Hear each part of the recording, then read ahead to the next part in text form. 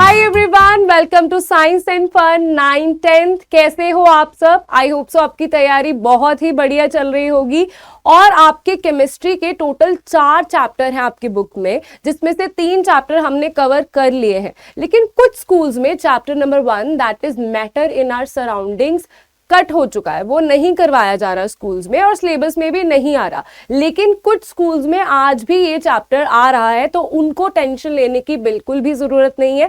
मैं आपके लिए chapter number 1 matter in our surroundings भी लेके आ गई हूं। मैं हूं दीक्षा कौशल, आपकी chemistry educator. So without wasting any time हम इस चैप्टर को शुरू करते हैं। तो बेटा, चैप्टर का नाम है मैटर इन आवर सराउंडिंग्स। ठीक है, उसके लिए हमें क्या पता होना चाहिए?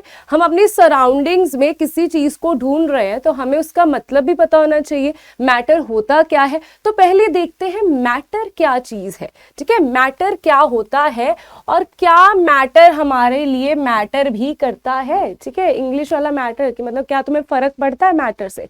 ऑब्वियसली यार, मैटर से बहुत ही ज्यादा फर्क पड़ता है हमें, क्योंकि everything around us is matter. हर चीज हमारे आसपास मैटर है।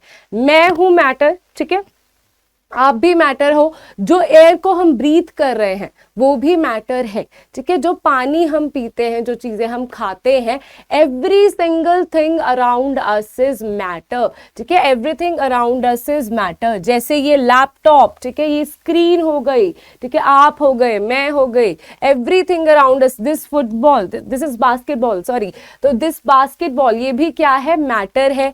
एंड दिस इज व्हाट, आपको बर्गर, पिज्जा, सब कुछ, फ्रेंच फ्राइज, सब कुछ जो भी खा पी रहे हो, सांस ले रहे हो, everything around us is matter. तो मैम, इसका मतलब अगर हर चीज हमारे आसपास मैटर है, तो क्या इसका ये मतलब है जो रोशनी, जिस रोशनी की वजह से, जिस लाइट की वजह से आप मुझे देख पा रहे हो, अगर यहाँ पे अंधेरा हो जाए आप मुझे देख नहीं पाओगे, तो क्या ये लाइट भी मैटर है? क्योंकि मैं बोल रही हूँ everything around us is matter, तो ये लाइट भी मैटर होनी चाहिए, साउंड भी मैटर होनी चाहिए, हीट जो है वो भी मैटर होनी चाहिए।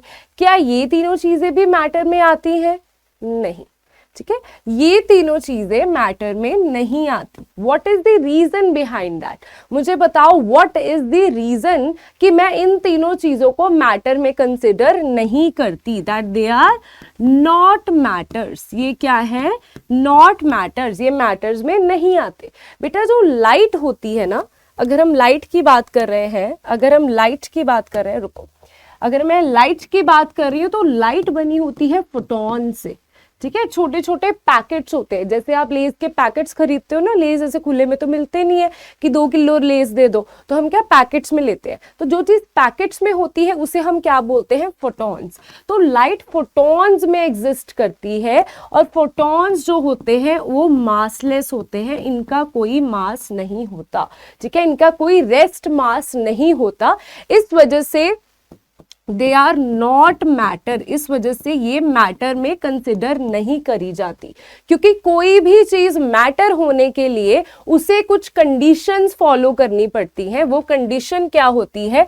कि it should occupy some space and it should have some mass. वो कोई वॉल्यूम ऑक्यूपाई करनी चाहिए, ठीक है, उसका कुछ वॉल्यूम होना चाहिए। अगर मैं मैटर हूं तो मैं यहाँ पे कुछ स्पेस ऑक्यूपाई कर रही हूँ, ठीक है, मेरा कुछ मास है, इस वजह से मैं मैटर हूँ।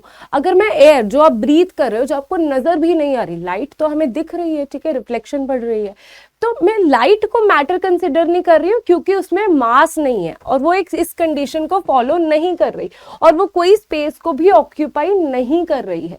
ठीक है, तो इस वजह से वो मैटर नहीं है। लेकिन एयर जो हमें दिख भी नहीं रही है, वो क्यों मैटर है?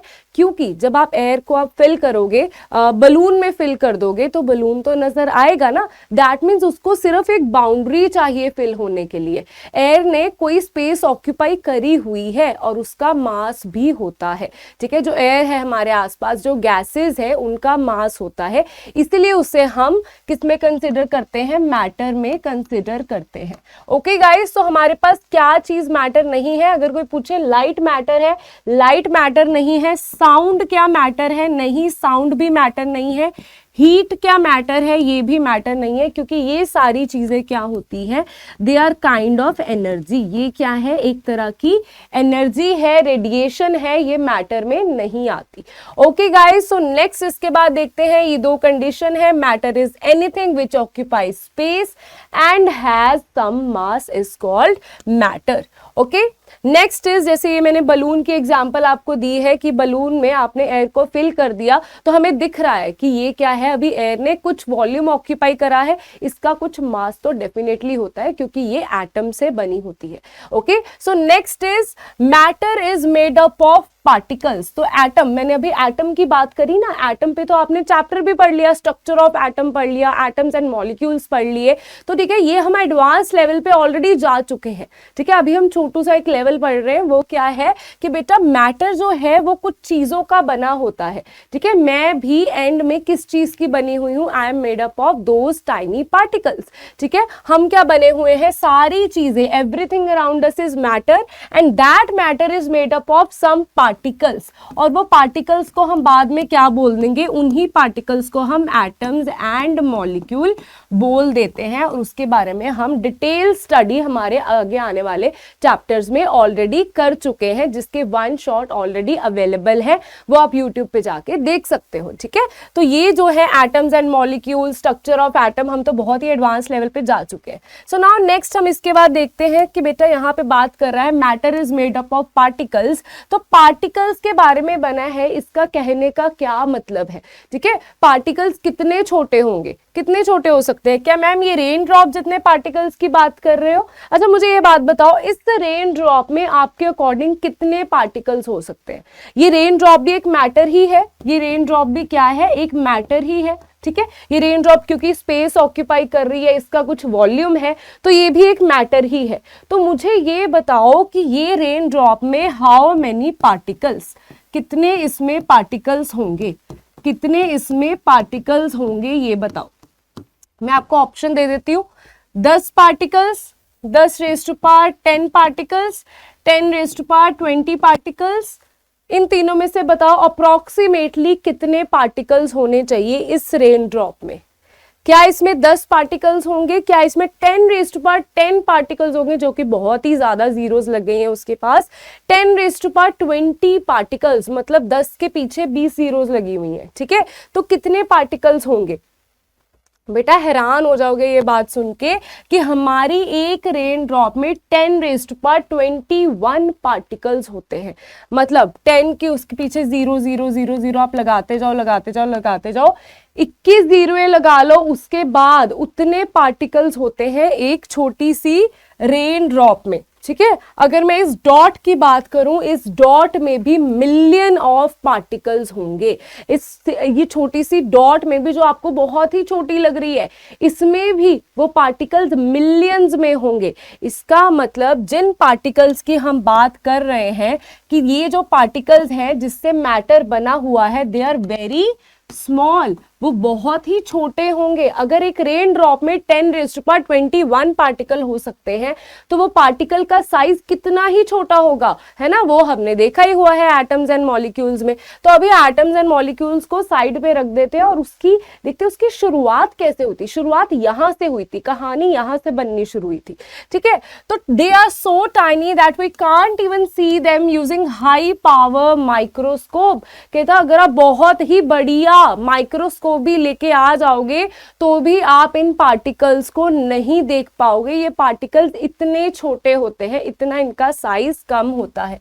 ठीक है, एविडेंस फॉर एग्जिस्टेंस, एविडेंस क्या है एग्जिस्टेंस का कि ये जो पार्टिकल्स हैं ये इतने छोटे हैं और ये एग्जिस्ट करते हैं, इसका क्या एविडेंस है वो हम ये एविडेंस अभी देखते हैं कि एविडेंस क्या है इन चीजों का।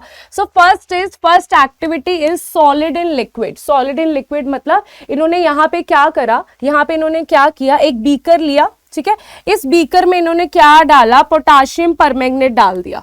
पोटाशियम परमैंगनेट यहाँ पे डाल दिया। ठीक है, तो पोटाशियम परमैंगनेट क्या है, दिस इज अ सॉलिड, ये क्या है, एक सॉलिड है। ठीक है, और ये पानी क्या है, ये एक लिक्विड है। तो अभी ये क्या करेंगे, एक सॉलिड को एक लिक्विड में डिसॉल्व करेंगे और डिसॉल्व करने के बाद ये चीज देखेंगे ये चीज कितनी फैलती है, कितनी टूटती है। ठीक है, तो यहाँ पे बहुत ही नॉर्मल सा एक्सपेरिमेंट है ये। आपने बीकर लिया, उसमें पानी डाला और उसके बीच में पोटाशियम परमैंगनेट डाल दिया जो एक पर्पल कलर का है, तो पूरा का पूरा बीकर जो है उसका रंग डार्क पर्पल हो गया। ठीक है, कितना हो गया, बहुत ही ज्यादा डार्क पर्पल हो गया। डार्क पर्पल मतलब कि सारा का सारा पोटाशियम परमैंगनेट इस बीकर में घुल चुका है। उसके बाद आपने इसका थोड़ा सा पोर्शन लिया और उसको फिर से एक बीकर में डाला जिसमें पानी सिर्फ था। ठीक है, मैंने ये वाले बीकर में से थोड़ा सा पोटाशियम परमैंगनेट वाला सोल्यूशन निकाला और मैंने ये एक फ्रेश पानी वाले सोल्यूशन में इसको डाल दिया। उसके बाद इसका कलर और भी ज्यादा क्या हो गया, लाइट होना शुरू हो गया। जो पानी का रंग है जो पोटाशियम परमैंगनेट से डार्क हुआ था, वो जैसे जैसे मैं पानी इंक्रीज करती रहूंगी तो वो क्या होता जाएगा, लाइट होता जाएगा। ये वाला कलर बहुत ही ज्यादा डार्क है, ये उससे भी ज्यादा लाइट हुआ, फिर उसके बाद ये उससे भी ज्यादा लाइट हो गया। इट्स लाइक कि आपके पास एक छोटा सा मग है, आपने उसमें 2-3 क्रिस्टल्स डाले पोटाशियम परमैंगनेट के, तो वो बहुत ही डार्क कलर में हो जाएगा।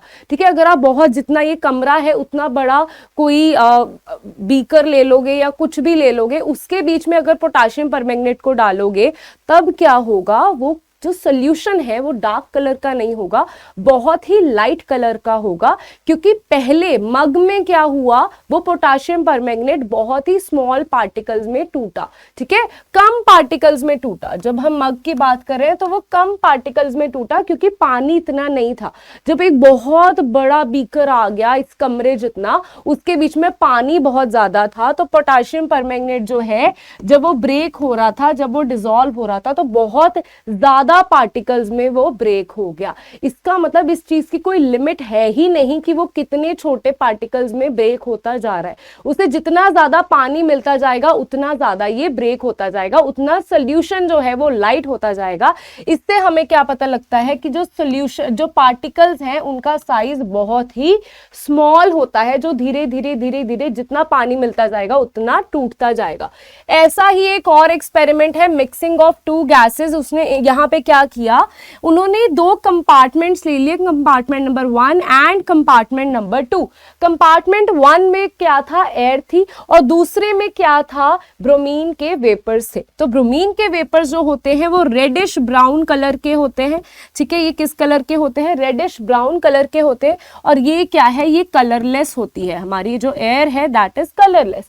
उसके बाद इन्होंने इसको सेपरेट किया हुआ था एक कोई भी चीज से। ठीक है, एनीथिंग लाइक अ स्लैब और एनीथिंग। ठीक है, तो उससे इन्होंने इसको क्या किया हुआ था, कंपार्टमेंट को अलग अलग किया था, फर्स्ट एंड सेकंड को। तो अभी क्या हुआ, इन्होंने जब इस स्लैब को यहाँ से हटा दिया तो यहाँ पे क्या होगा बेटा, इस स्लैब को हटा दिया तो ये जितने भी ब्रोमीन के वेपर्स है, ब्रोमीन के वेपर्स ऊपर की तरफ जाएंगे। ठीक है, ब्रोमीन के वेपर्स ऊपर की तरफ मिक्स होना शुरू हो जाएंगे। ठीक है, गैसेस ऐसे ही तो करती है। तो ये क्या होगा, ऊपर की तरफ इन्होंने क्या ऑब्जर्व किया, जब इस स्लैब को यहाँ से हटा देंगे तो ये सारी की सारी जो ट्यूब है वो रेड कलर की हो जाएगी। दैट मीन्स यहाँ पे क्या हुआ है, ब्रोमीन के वेपर्स ऊपर की तरफ जा चुके हैं और एयर के जो पार्टिकल्स हैं वो भी नीचे की तरफ आए हैं। एयर के पार्टिकल्स भी नीचे की तरफ आए हैं, वो आपस में मिक्स हो चुके हैं, वो आपस में मिक्स हो चुके हैं। दैट मीन्स जो मैटर जिस भी छोटे छोटे पार्टिकल्स का बना होता है वो पार्टिकल्स मोशन में होते हैं। वो पार्टिकल्स किस में होते हैं, वो पार्टिकल मोशन में होते हैं। वो पार्टिकल स्मॉल तो है ही, वो मोशन में भी चलते फिरते रहते हैं। ठीक है, वो कैसे होते हैं, छोटे भी होते हैं और चलते फिरते भी रहते हैं, तभी एक जगह से दूसरी जगह उन्होंने ट्रैवल किया। ठीक है, पोटाशियम परमैंगनेट में भी जब चीज फैल रही थी तो वो मोशन में ही थे पार्टिकल्स, तभी वो ट्रैवल कर पाए। ओके, सो यही चीज इसमें बता रहे हैं। नेक्स्ट आता है हमारे पास movement of pollen grains in water. Pollen grains की मूवमेंट पानी में कैसी होती है, उसके लिए पहले आपको पता होना चाहिए पोलन ग्रेन्स होते क्या है बेटा। पोलन ग्रेन्स क्या होते हैं, प्लांट जो होता है ना उसमें रिप्रोडक्टिव पार्ट्स होते हैं। ठीक है, तो रिप्रोडक्टिव पार्ट, जो मेल रिप्रोडक्टिव पार्ट होता है, जो मेल रिप्रोडक्टिव पार्ट होता है किसका, प्लांट का, that means stamen. That means स्टेमन जो होता है मेल रिप्रोडक्टिव पार्ट, उसके बीच में एक चीज होती है that is made up of further 2 parts, ठीक है। उसमें एक पार्ट होता है एंथर, ठीक है। तो जो एंथर होता है ना बेटा, एंथर के बीच में क्या होते हैं, पोलन ग्रेन्स होते हैं, ठीक है। एंथर के बीच में पोलन ग्रेन्स होते हैं। इसको ऐसे समझो, हमारे पास प्लांट है, प्लांट के पास मेल रिप्रोडक्टिव पार्ट भी है, फीमेल रिप्रोडक्टिव पार्ट भी है, ठीक है। तो पॉलिनेशन होती है, इसी वजह से सीड बनता है न्यू, ठीक है। तो यहाँ पे जो मेल रिप्रोडक्टिव पार्ट है उसके पास पोलन ग्रेन्स होते हैं, जो पोलन ग्रेन्स की वजह से फर्दर पॉलिनेशन होती है, फर्टिलाइजेशन होती है।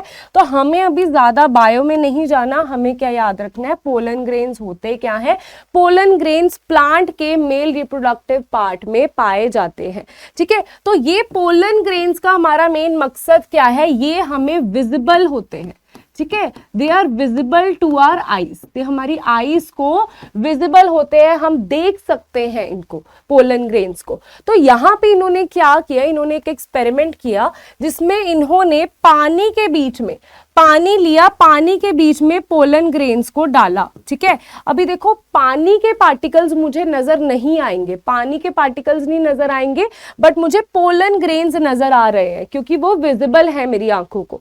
तो अभी यहाँ पे आप ऐसे एग्जाम्पल देख सकते हो कि जैसे अंधेरी चल रही है, ठीक है, बहुत ही ज्यादा अंधेरी चल रही है और पत्ते जो हैं वो इधर उधर हिल रहे हैं।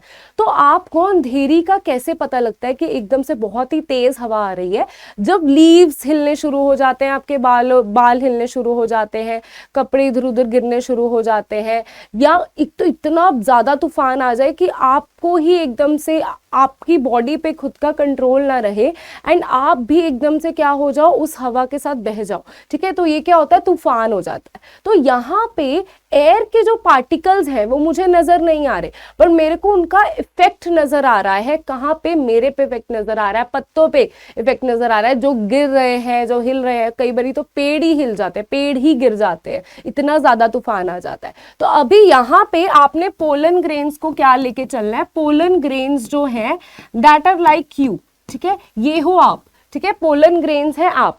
और यहाँ पे जो तूफान है, जो तूफान है वो क्या है, आपके वाटर पार्टिकल्स। तूफान क्या है, आपके वाटर पार्टिकल्स, ठीक है। तो अगर तूफान आता है, हमें क्या दिखता है कि आप, या लीव्स हो गए, आप हो गए, या लीव्स हो गए, यहाँ पे लीव्स लिख लो। तो लीव्स हिलने शुरू हो जाते हैं, पत्ते हिलने शुरू हो जाते हैं, पेड़ पौधे हिलने शुरू हो जाते हैं, तो हमें ये चीज नजर आ रही है। वैसे ही जब मैंने पोलन ग्रेन को डाला किसमें, पानी में, मुझे पानी के पार्टिकल्स की मूवमेंट नहीं नजर आ रही, बट मुझे पोलन ग्रेन्स जो है वो जिग-जैग मोशन में हिलते हुए नजर आए। कि जो पोलन ग्रेन्स है वो जिग-जैग मोशन शो कर रहे हैं, मतलब इस तरीके से मूवमेंट शो कर रहे हैं, एक जिग-जैग मोशन शो कर रहे हैं। तो इस जिग-जैग मोशन की वजह से मुझे क्या लगा कि ये पोलन ग्रेन्स ऐसे क्यों जिग-जैग मोशन शो कर रहे हैं, what is the reason behind that, क्योंकि वाटर पार्टिकल्स जो हैं वो मोशन शो कर रहे हैं। वाटर पार्टिकल्स पोलन ग्रेन को धक्का दे रहे हैं, जैसे तूफान पत्तों को धक्का देते हैं, आपको धक्का देते हैं, वैसे ही वाटर पार्टिकल्स किसको धक्का दे रहे हैं, पोलन ग्रेन्स को धक्का दे रहे हैं। और मैं पोलन ग्रेन्स की मूवमेंट से ये पता करवा सकती हूं कि वाटर पार्टिकल्स भी क्या होते हैं, वो मोशन में होते हैं। हमें उसकी पोलन ग्रेन की मूवमेंट से क्या पता लगता है कि वाटर पार्टिकल्स भी मोशन में होते हैं। इसी से हमें क्या पता लगता है कि जितने ये छोटे छोटे पार्टिकल्स हैं जिससे मैटर बना हुआ है वो मोशन में होते हैं, वो मूवमेंट शो करते हैं। ओके, तो इसी चीज को हम क्या बोलते हैं बेटा, इसी चीज को, इस जिग-जैग मोशन को हम क्या बोलते हैं, ब्राउनियन मोशन। इसको ब्राउनियन मोशन क्यों बोला जाता है, बिकॉज ये रॉबर्ट ब्राउन ने इस कंसेप्ट को दिया था, ठीक है। इसको डिस्कवर किसने किया था, रॉबर्ट ब्राउन ने दिया था, इसलिए इसको ब्राउनियन मोशन बोला जाता है। The zigzag movement of small particle suspended in a liquid is called Brownian motion. Okay guys, so next इसके बाद आता है कैरेक्टरिस्टिक्स ऑफ पार्टिकल्स। पार्टिकल, जिस पार्टिकल्स की बेटा हम बात कर रहे हैं ना, उन्हीं पार्टिकल्स की कैरेक्टरिस्टिक्स क्या है, वो किस तरह के होते हैं। 2-3 कैरेक्टरिस्टिक्स तो हमने देख ही ली है कि वो स्मॉल होते हैं, दे आर इन मोशन, ठीक है। तो वही सारी चीजों को यहाँ पे हम फिर से पढ़ेंगे कि क्या इसकी है। Okay, so first is the particles of motion, particles of matter are very very small, बहुत ही छोटे होते हैं इसके जो पार्टिकल्स है। इस एक्टिविटी को मैं पहले ही बता चुकी हूँ, पोटाशियम परमैंगनेट को इन्होंने डाला इसमें, ठीक है। उसके बाद क्या हुआ, जैसे जैसे पानी बढ़ता जाएगा ये उतना ही ज्यादा पानी का कलर लाइट होता रहेगा। ये फर्स्ट केस है, सेकेंड केस है, थर्ड केस है, पानी का कलर लाइट होता जा रहा है। दैट मीन्स इसकी कोई लिमिट ही नहीं है, ये इतने छोटे पार्टिकल्स है, अगर आप इसको इतना बड़ा सा बीकर दे दोगे तो इतना ही पानी का कलर लाइट हो जाएगा। दैट मीन्स बहुत ही छोटे छोटे पार्टिकल्स में ये टूटता जा रहा है। नेक्स्ट इज, इसके बाद आएगा बच्चा हमारे पास the particles of matter have spaces between them. Particles of matter में स्पेसेस हैं, तो स्पेसेस के बारे में हमें कौन बताएगा, इसके बारे में हमें कैसा पता लगेगा। तो आपने क्या करना है, आपने एक ग्लास लेना है, ग्लास के बीच में आपने पानी भरा, ठीक है, उसको आपने एग्जैक्ट उसका वॉल्यूम जो है वो आपने देख लेना है कितना एग्जैक्ट वॉल्यूम है। उसके बाद आपने उसके बीच में क्या करना है, चीनी घोल देनी है। क्या करना है, शुगर को, चीनी ग्रीन कलर की नहीं होती लेकिन व्हाइट आपको यहाँ पे नजर नहीं आएगा, तो आपने क्या करना है, शुगर को उसके बीच में घोल देना, ठीक है। शुगर या सॉल्ट कुछ भी हो उसको उस ग्लास में आपको घोल देना। जब वो एकदम से ऐसे अच्छे से घुल जाएगा, आप क्या ऑब्जर्व करोगे कि जो शुगर घोलने के बाद भी जो पानी का वॉल्यूम है, वॉल्यूम डू नॉट इंक्रीज, ठीक है, वॉल्यूम इंक्रीज नहीं हुआ, ठीक है, वॉल्यूम इंक्रीज नहीं हुआ। उसका क्या मतलब है कि there must be some spaces between those water molecules. जो वाटर मॉलिक्यूल है मैंने ब्लू से रिप्रेजेंट करे हैं, दे आर वाटर मॉलिक्यूल्स, और व्हाइट से मैंने शुगर मॉलिक्यूल्स रिप्रेजेंट करे हैं। So it means there must be some spaces between those water molecules, जिसके बीच में शुगर के मॉलिक्यूल्स ने अपनी जगह बना ली और वहां पे जाके बैठ गए। उन्होंने वॉल्यूम इंक्रीज नहीं करा, वॉल्यूम जब हमने शुगर नहीं डाली थी तब भी सेम था, और शुगर डालने के बाद भी, घुलने के बाद भी वॉल्यूम सेम रह गया। दैट मीन्स वाटर मॉलिक्यूल्स के बीच में कुछ स्पेसेस होंगी जो किसने ऑक्यूपाई कर ली, शुगर के मॉलिक्यूल्स ने ऑक्यूपाई कर ली। तो डायग्रामेटिकली हम इसको इस तरीके से रिप्रेजेंट कर सकते हैं। ओके गाइस, तो नेक्स्ट आता है, हमने अभी दो चीजें देखी है कि जो पार्टिकल्स है बहुत छोटे होते हैं और उनके बीच में कुछ तो स्पेसेस होती हैं, जगह उनके बीच में होती है। Particles of matter are constantly moving, एक साथ लगातार जो है वो कहीं ना कहीं मूवमेंट शो कर रहे हैं, बिल्कुल रेस्ट में नहीं होते। ये भी हमने ब्राउनियन मोशन से भी पता कर लिया है। तो ठीक है, सेम ही वही चीज है। इसके एग्जाम्पल्स हैं, जैसे परफ्यूम है, आप उसको स्प्रे करते हो तो ये जो इसकी खुशबू है, फ्रेग्रेंस है, वो सारी जगह पे फैल जाती है। फैलती क्यों है, क्योंकि मोशन में होते हैं पार्टिकल्स, इसी वजह से इधर से उधर ट्रैवल कर रहे हैं, ठीक है। तो यहाँ पे अगरबत्ती है, अगरबत्ती की खुशबू जो है हमारे पूरे रूम में फैल जाती है। क्यों फैलती है, बिकॉज ये मोशन में होते हैं, ठीक है, पार्टिकल्स मोशन में है, इसी वजह से हमें गरम गरम खाने की खुशबू, किचन में खाना बन रहा है, हम तक उस चीज की खुशबू कैसे आ जाती है, क्योंकि पार्टिकल्स जो हैं छोटे छोटे वो मूव करते करते हमारे सेंसेस तक पहुंच जाते हैं। ओके गाइस, तो next is particles of matter attract each other. बेटा अट्रैक्ट करते हैं, इसी वजह से ये इंटैक्ट रहते हैं। जैसे हमारे पास बिस्किट है, ये कुकी है, तो यहाँ पे बिस्किट है, बिस्किट के जो पार्टिकल्स हैं छोटे छोटे, तो आपस में क्योंकि ये इंटरैक्शन शो कर रहे हैं, इनमें एक प्रॉपर स्पेसिस है, इंटरैक्शन हो रही है, तभी ये एक कॉन्स्टिट्यूएंट में बने रहते हैं। अदरवाइज ये क्या हो, ये तो बिखरे रहे, ठीक है। अदरवाइज तो कोई पार्टिकल इधर जा रहा है, कोई बिस्किट का इधर जा रहा है, कोई किधर जा रहा है। अगर इनमें कुछ अट्रैक्शन है तभी ये जुड़ के बैठे हुए हैं। अगर आपके अपने फ्रेंड्स के साथ दोस्ती है तभी आप एक ग्रुप में बैठे हो, अदरवाइज तो लड़के बैठे रहो सारे, ठीक है। तो अट्रैक्शन होगी, फोर्सेस ऑफ अट्रैक्शन, तभी ये चीज जो है हमें इंटैक्ट नजर आती है। जैसे आयरन नेल हो गया, ये बिस्किट हो गया, तो ये सारी इसकी एग्जांपल्स हैं। ओके बच्चा, तो अभी तक तो हमने बड़ी इजी बातें करी हैं, अभी भी वैसे सब कुछ इजी ही आने वाला है, ठीक है। बहुत ही इजी चैप्टर है, बहुत मजेदार चैप्टर है, आपकी लाइफ से रिलेटेड है सारा चैप्टर, ठीक है। तो बहुत ही ज्यादा मजा आने वाला है। इसके बाद नेक्स्ट आने वाले चैप्टर्स में तो हम बिल्कुल माइक्रो लेवल पे चले गए थे, एटम्स के अंदर ही घुस गए थे, जो चीजें हमने देखी नहीं है, ठीक है, जो चीजें हमें विजिबल नहीं है हम उसके अंदर चले गए थे। पहले दो जो चैप्टर्स हैं उसमें जो चीज आप डेली लाइफ में देखते हो, ठीक है, उसके आंसर्स आपको मिल जाते हैं। और इस चैप्टर में तो मतलब अगर चाहे ये आपके सिलेबस में है चाहे आपके सिलेबस में नहीं है, ये चैप्टर पढ़ना जरूर चाहिए, क्योंकि मजा बहुत आता है इसको पढ़ के। आपको बहुत सारी चीजों के आंसर मिलते हैं कि क्यों पसीना आता है, स्वेटिंग होती है तो हमें ठंडक फील होती है, क्यों एसीटोन नेल पेंट रिमूवर को हाथ में रख के हमें ठंडक फील होती है। ठीक है, जैसे बॉटल को अगर आप एकदम से बाहर निकालते हो फ्रीजर से तो उसके बाहर क्या हो जाता है, वो थोड़ा सा पानी नहीं आ जाता, वो पानी क्यों आ जाता है बॉटल के बाहर, what is the reason behind that, वो सारे रीजंस आपको आज के इस चैप्टर में मिलने वाले हैं। इसलिए मेरा पर्सनल फेवरेट चैप्टर होता है ये, इसमें मजा बहुत आता है, बहुत सारे क्वेश्चंस का आंसर मिल जाता है। So guys next is kinetic molecular theory of matter. Kinetic molecular theory, kinetic क्या होता है, काइनेटिक मींस मोशन। ठीक है, काइनेटिक एनर्जी का भी क्या मतलब होता है, जब आप motion, energy related to motion, चलने फिरने की जो एनर्जी होती है उसे हम काइनेटिक एनर्जी बोलते हैं। काइनेटिक मॉलिक्यूलर मतलब मॉलिक्यूल्स की चलने फिरने की थ्योरी। हमने अभी ये देखा मॉलिक्यूल्स चलते हैं, वो मोशन में होते हैं, लेकिन उसके पीछे क्या थ्योरी बनाई गई, थ्योरी क्या हुई कि देखो वो बोल रहा है कि जितने भी पार्टिकल्स होते हैं उसके बीच में फोर्सेस ऑफ अट्रैक्शन होती है। ठीक है, फोर्सेस ऑफ अट्रैक्शन मतलब जैसे ये हो गए 3 पार्टिकल्स है, ठीक है, चलो 5 पार्टिकल्स है, इनके बीच में फोर्सेस ऑफ अट्रैक्शन है, तभी ये इतनी जगहों पे बैठे हैं। अभी जितनी फोर्सेस ऑफ अट्रैक्शन होगी उसके अकॉर्डिंग उनके बीच में स्पेस भी होगी। इसका क्या मतलब है बेटा, इसका मतलब है कि सपोज कर लो आपका और आपकी फ्रेंड है, ठीक है, आप बेस्ट फ्रेंड्स हो, सारी दुनिया आपके बारे में जानती है, सारी क्लास आपसे जल रही है, आपकी दोस्ती इतनी अच्छी है, तो अभी आप में फोर्सेस ऑफ अट्रैक्शन जो है वो बहुत ही ज्यादा है। ठीक है, forces of attraction are good. ठीक है, फोर्सेस ऑफ अट्रैक्शन आपके बहुत अच्छे हैं, दोस्ती बहुत गहरी है।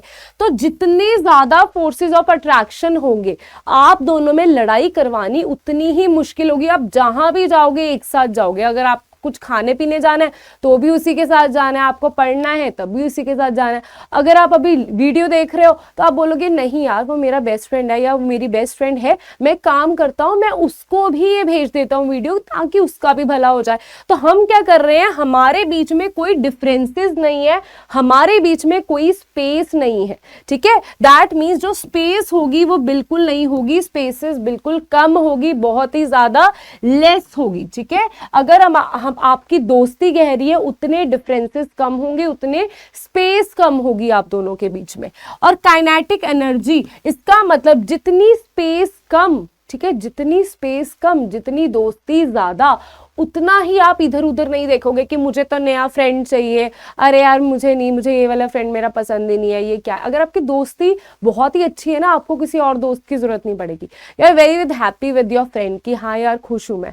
अगर आपकी दोस्ती नहीं गहरी तो आप बोलोगे क्या है यार, ये भी उधर उधर लोगों के साथ घूमता फिरता रहता है, मेरे को तो पूछता भी नहीं है। मैं एक काम करती हूँ, क्या करती हूँ कि मैं कोई और दोस्त बना लेते हैं, इतनी सारी दुनिया है, कोई और दोस्त बना लेते हैं। तो यहाँ पे काइनेटिक एनर्जी मतलब इधर उधर घूमने वाली एनर्जी उनकी क्या हो जाती है, कम हो जाती है। मतलब जितने गहरे दोस्त उतनी स्पेस कम, उतने डिफरेंसेस कम और उतनी ही एनर्जी कम हो जाएगी। अभी इसको केमिस्ट्री की लैंग्वेज में देख लेते हैं। देखो जितने ज्यादा फोर्सेस मतलब एक साथ जुड़े हुए हैं, बिल्कुल ही एकदम से दोस्ती गहरी है, उतनी स्पेस क्या है इसके बीच में कम है। आपको स्पेस कम नजर आ रही है ना, क्योंकि एक दूसरे के साथ ही बैठे हैं तो स्पेस कम है।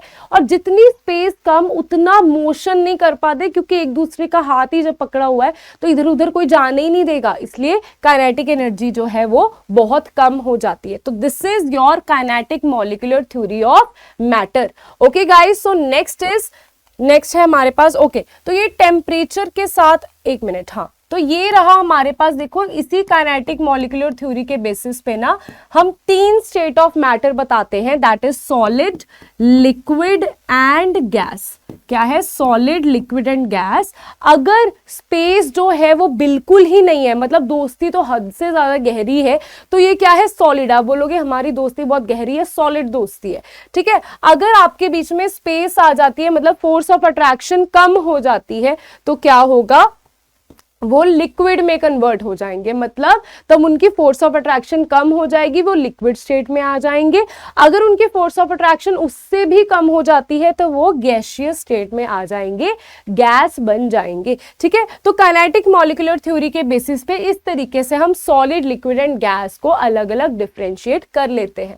सो नाउ नेक्स्ट इज कैसे ये टेम्परेचर पे वेरी करती है बेटा। अगर आप बस में बैठे हो, बस में बैठे हो और अचानक से वहां पे आग लग जाए, आप क्या करोगे? भागोगे ना वहां से। तो वैसे ही मॉलिक्यूल्स करते हैं, अगर वहां पे अचानक से टेम्परेचर बढ़ जाए, आग लग जाए, तो मॉलिक्यूल्स भी क्या हो जाते हैं, उनकी काइनेटिक एनर्जी जो है वो इंक्रीज हो जाती है। ठीक है, काइनेटिक एनर्जी जो है वो इंक्रीज हो जाती है। अगर हमारे पास टेम्परेचर बढ़ जाता है, काइनेटिक एनर्जी इंक्रीज हो जाएगी। काइनेटिक एनर्जी इंक्रीज होने पे स्पेस जो है वो क्या होगी बेटा, स्पेसेस भी बढ़ जाएंगी। आप पहले बस में सभी एक साथ बैठे थे, एकदम से बस में आग लग गई, आप भागोगे और भाग के एक दूसरे से दूर दूर दूर दूर चले जाओगे, तो स्पेस भी क्या हो गई, ज्यादा हो गई। तो फोर्स ऑफ अट्रैक्शन, पहले तो एक दूसरे से बातें करते हुए, गाने गाते हुए आ रहे थे बस में, आग लग गई तो अट्रैक्शन फोर्सेस तो कम ही हो जाएंगे ना, बाहर आ जाओगे, घबरा जाओगे, तो फोर्स ऑफ अट्रैक्शन भी कम हो जाएगी। क्या याद रखना है, टेम्परेचर बढ़ता है, हीट अप देते हो किसी भी चीज को, तो वो क्या करती है, उसके मॉलिक्यूल्स में काइनेटिक एनर्जी इंक्रीज हो जाती है। Okay guys, so this is how what happens when temperature is increase. ठीक है, ऐसा होता है मॉलिक्यूल का हाल जब हम उनका टेम्परेचर बढ़ा देते हैं। Next is properties of solids. बेटा यहाँ पे अभी हम सॉलिड, लिक्विड एंड गैस की प्रॉपर्टीज को पढ़ने वाले हैं। First is properties of solid. Solid का स्ट्रक्चर इस तरीके से दिखता है, जैसे कि मैंने आपको बताया ही है कि यहाँ पे जो स्पेस है, दे आर क्लोजली पैक्ड। ठीक है, ये क्या होते हैं, क्लोजली पैक्ड होते हैं, इनके बीच में स्पेस बिल्कुल कम होती है। सबसे कम स्पेस किस में होती है, सॉलिड्स में होती है। ठीक है, आपको देखो कि इतनी कम स्पेस होती है इसके बीच में। ठीक है, बहुत कम स्पेस है। ये सारे जो पिंक से शो करे हुए हैं मैंने, दे आर दी मॉलिक्यूल्स। ठीक है, ये क्या है, इसके मॉलिक्यूल्स हैं, and these are the spaces. ठीक है, क्योंकि ये मॉलिक्यूल्स के बीच की स्पेसेस है तो हम इसे क्या बोलते हैं, इंटरमॉलिक्यूलर स्पेसेस। क्या बोलते हैं हम इसे, इंटरमॉलिक्यूलर स्पेसेस। इंटर मतलब आपस की, मॉलिक्यूलर मतलब मॉलिक्यूल्स के आपस की बीच की जो स्पेसेस है, that is intermolecular spaces. So they are closely packed, they have great force of attraction, बहुत ही जबरदस्त है, इसलिए इनकी काइनेटिक एनर्जी बहुत कम होती है। Next is solids have fixed shape. इसी वजह से इनकी शेप जो है वो फिक्स्ड रहती है। शेप जैसे आपके पास कोई टेबल है, उसकी शेप नहीं बदल जाती। अगर आप उसको शॉप से घर लेके आते हो, ऐसा नहीं होता रास्ते में उसकी शेप बदल जाती है। अनलेस एंड अनटिल आप उसको हैमर से ऐसे पीट पीट के उसकी शेप बदलते नहीं हो, तब तक उसकी शेप नहीं बदलेगी। जैसे उसके बाद एक्सेप्शन आती है, जैसे ये रबर बैंड है बेटा, रबर बैंड को जब आप स्ट्रेच करते हो, ठीक है, तो ये क्या हो जाती है, इसकी शेप चेंज हो जाती है। फिर से आप फोर्स ऑफ अट्रैक्शन, फोर्स को हटा दोगे तो वो क्या होगी, उसकी शेप रीगेन हो जाएगी। तो ये क्या होते हैं बेटा, ये इलास्टिक होते हैं। आप ये नहीं बोल सकते कि मैम ये सॉलिड नहीं है क्योंकि इसकी शेप चेंज हो चुकी है, नहीं, ये सॉलिड ही होता है। इट्स जस्ट दैट ये एक इलास्टिक सॉलिड होता है। ये क्या होता है, एक इलास्टिक सॉलिड होता है। ठीक है, अगर आप उस पर फोर्स लगाते हो, वो अपनी जो शेप है उसको चेंज करता है, एंड जब फोर्स उसका हट जाता है तो अपनी शेप को रीगेन कर लेगा, ओरिजिनल पोजीशन पे आ जाएगा। ओके, नेक्स्ट इज बेटा, यहाँ पे है शुगर इन अ कंटेनर। तो यहाँ पे क्या है, हमने कंटेनर में शुगर को लिया हुआ है। तो अभी आप मुझे बताओ कि शुगर अगर क्या है, शुगर इज व्हाट, ये एक सॉलिड है, और मैं आपको बोल रही हूं कि सॉलिड अपनी शेप को चेंज नहीं करता। तो ये जिस भी कंटेनर में डालोगे, शुगर उसी कंटेनर को कैसे गेन कर लेगा, उसी कंटेनर की शेप कैसे गेन कर लेगा, मुझे बताओ। टेल मी, शुगर कैसे सेम चीज को गेन कर लेगा। अगर मैं इसको कुछ ऐसे तिरछे तरह के किसी कंटेनर में डालती तो शुगर उस शेप को गेन कर लेता। What is the reason? The reason is, बच्चा, the reason is कि जो शुगर होता है, मैं उसके एक क्रिस्टल की बात कर रही हूँ कि एक जो क्रिस्टल है दैट इज सॉलिड, ये अपनी शेप को do not change its shape, do not change its shape, ये अपने आप लिखे ना, इट्स शेप, ठीक है, ये अपनी शेप को चेंज नहीं करता इसका एक क्रिस्टल। और यहाँ पे एक क्रिस्टल नहीं है, 100-200 क्रिस्टल एक साथ है, तो वो तो अपनी शेप को बदलेंगी ना, वो भी अपनी शेप को नहीं बदल रहे, दे आर जस्ट एडजस्टिंग, जो भी उनको स्पेस मिली है उस चीज में वो खुद को एडजस्ट कर रहे हैं, दैट्स इट। एक शुगर कंटेनर, एक शुगर क्रिस्टल अपनी शेप को बदल नहीं रहा है। Okay, so next is solids have fixed volume. Fixed volume का क्या मतलब है, आपके पास टेबल है, मैं उसी की एग्जांपल लेती हूं, तो आपका जो टेबल है उसका वॉल्यूम ऐसा नहीं होगा 3-4 दिन के बाद वो वॉल्यूम, जो टेबल है उसका वॉल्यूम एकदम से बहुत ज्यादा बड़ा हो चुका है। उसने अगर एक पर्टिकुलर वॉल्यूम ऑक्यूपाई करा हुआ है, आपकी जो आपके घर पे बेड पड़ा है, टेबल पड़ा है, ठीक है, तो आप अकॉर्डिंगली ही उसे लेकर आते हो ना। ऐसा तो नहीं होता आपने दुकान पे जाके जब आप फर्स्ट डे घर पे लेके आए तो उसने एक पर्टिकुलर पोजीशन उसने ऑक्यूपाई करी हुई है, आफ्टर 2-3 डेज वो एक्सपैंड होते जा रहा है, ये तो मैजिक हो जाएगा ना अगर टेबल खुद से एक्सपैंड होने शुरू हो जाएंगे, ऐसा तो नहीं होगा, ठीक है। What is the reason, because they have fixed volume, उनका वॉल्यूम जो है वो फिक्स्ड होता है। सॉलिड्स हैव हाई डेंसिटीज, बेटा पहले इसके लिए आपको पता होना चाहिए व्हाट इज डेंसिटी। डेंसिटी क्या होती है, मास पर यूनिट वॉल्यूम। डेंसिटी क्या होती है, मास पर यूनिट वॉल्यूम, ठीक है, एक यूनिट वॉल्यूम में कितना मास है, यहाँ पे इस चीज से आप समझ सकते हो, that is molecules per unit volume, ठीक है। मास तो इसमें क्या होगा, जितने नंबर ऑफ मॉलिक्यूल्स होंगे। तो अगर यहाँ पे मैं बात कर रही हूँ सॉलिड की डेंसिटी काफी हाई होने का क्या मतलब है, अगर मैं इतने वॉल्यूम की बात कर रही हूँ तो सॉलिड के केस में इतने में 1 2 3 4 5 6 7 8 9 मॉलिक्यूल्स आ चुके हैं, ठीक है। अगर मैं यहाँ पे लिक्विड की बात करती ना, क्योंकि लिक्विड के मॉलिक्यूल्स दूर दूर हैं तो मे बी लिक्विड के यहाँ पे 4 मॉलिक्यूल ही आ पाते, और अगर मैं गैस की बात करती तो गैस का तो मे बी इतने से वॉल्यूम में सिर्फ 1-आधा मॉलिक्यूल ही आ पाता। इसीलिए मैं क्या बोलती हूँ, इसीलिए हम क्या बोलते हैं कि सॉलिड की डेंसिटी बहुत ही ज्यादा हाई होती है, क्योंकि एक पर यूनिट वॉल्यूम में बहुत ज्यादा मॉलिक्यूल्स उसके आ जाते हैं, because they are closely packed, ठीक है, बहुत टाइटली पैक्ड होते हैं। सो बेटा इसकी जो रियल लाइफ एग्जांपल आप ऐसे भी देख सकते हो, आपके पास बकेट्स हैं, ठीक है, उसके बीच में आपने एक में मिट्टी डाली हुई है, ठीक है, दूसरे में एक में सॉइल डाली है, दूसरे में आपने वाटर पानी डाला हुआ है, तीसरे में आपने कुछ भी नहीं डाला, वो खाली है। तो अगर आप पहले मिट्टी वाली बकेट को, सॉइल वाली बकेट को उठाओगे वो बहुत ही ज्यादा हैवी होगी। व्हाट इज द रीजन, क्योंकि उसके बीच में सॉलिड है एंड सॉलिड की डेंसिटी हाई होती है, वो भारी होता है। उसके बाद आपने पानी वाली बकेट को उठाया, उसके बीच में लिक्विड है, लिक्विड की density as compare to solid कम होती है, इस वजह से वो एज कंपेयर टू सॉइल वाला जो बकेट है वो उससे हल्का होगा। और जो खाली बकेट होगी वो तो आपको पता ही है, वो तो हल्की ही होगी, क्योंकि उसके बीच में है गैस के मॉलिक्यूल्स और गैस की डेंसिटी सबसे कम होती है। ओके गाइस, तो ये था हमारा डेंसिटी वाला पार्ट कि कैसे सॉलिड जो है वो उसकी डेंसिटी काफी ज्यादा हाई होती है।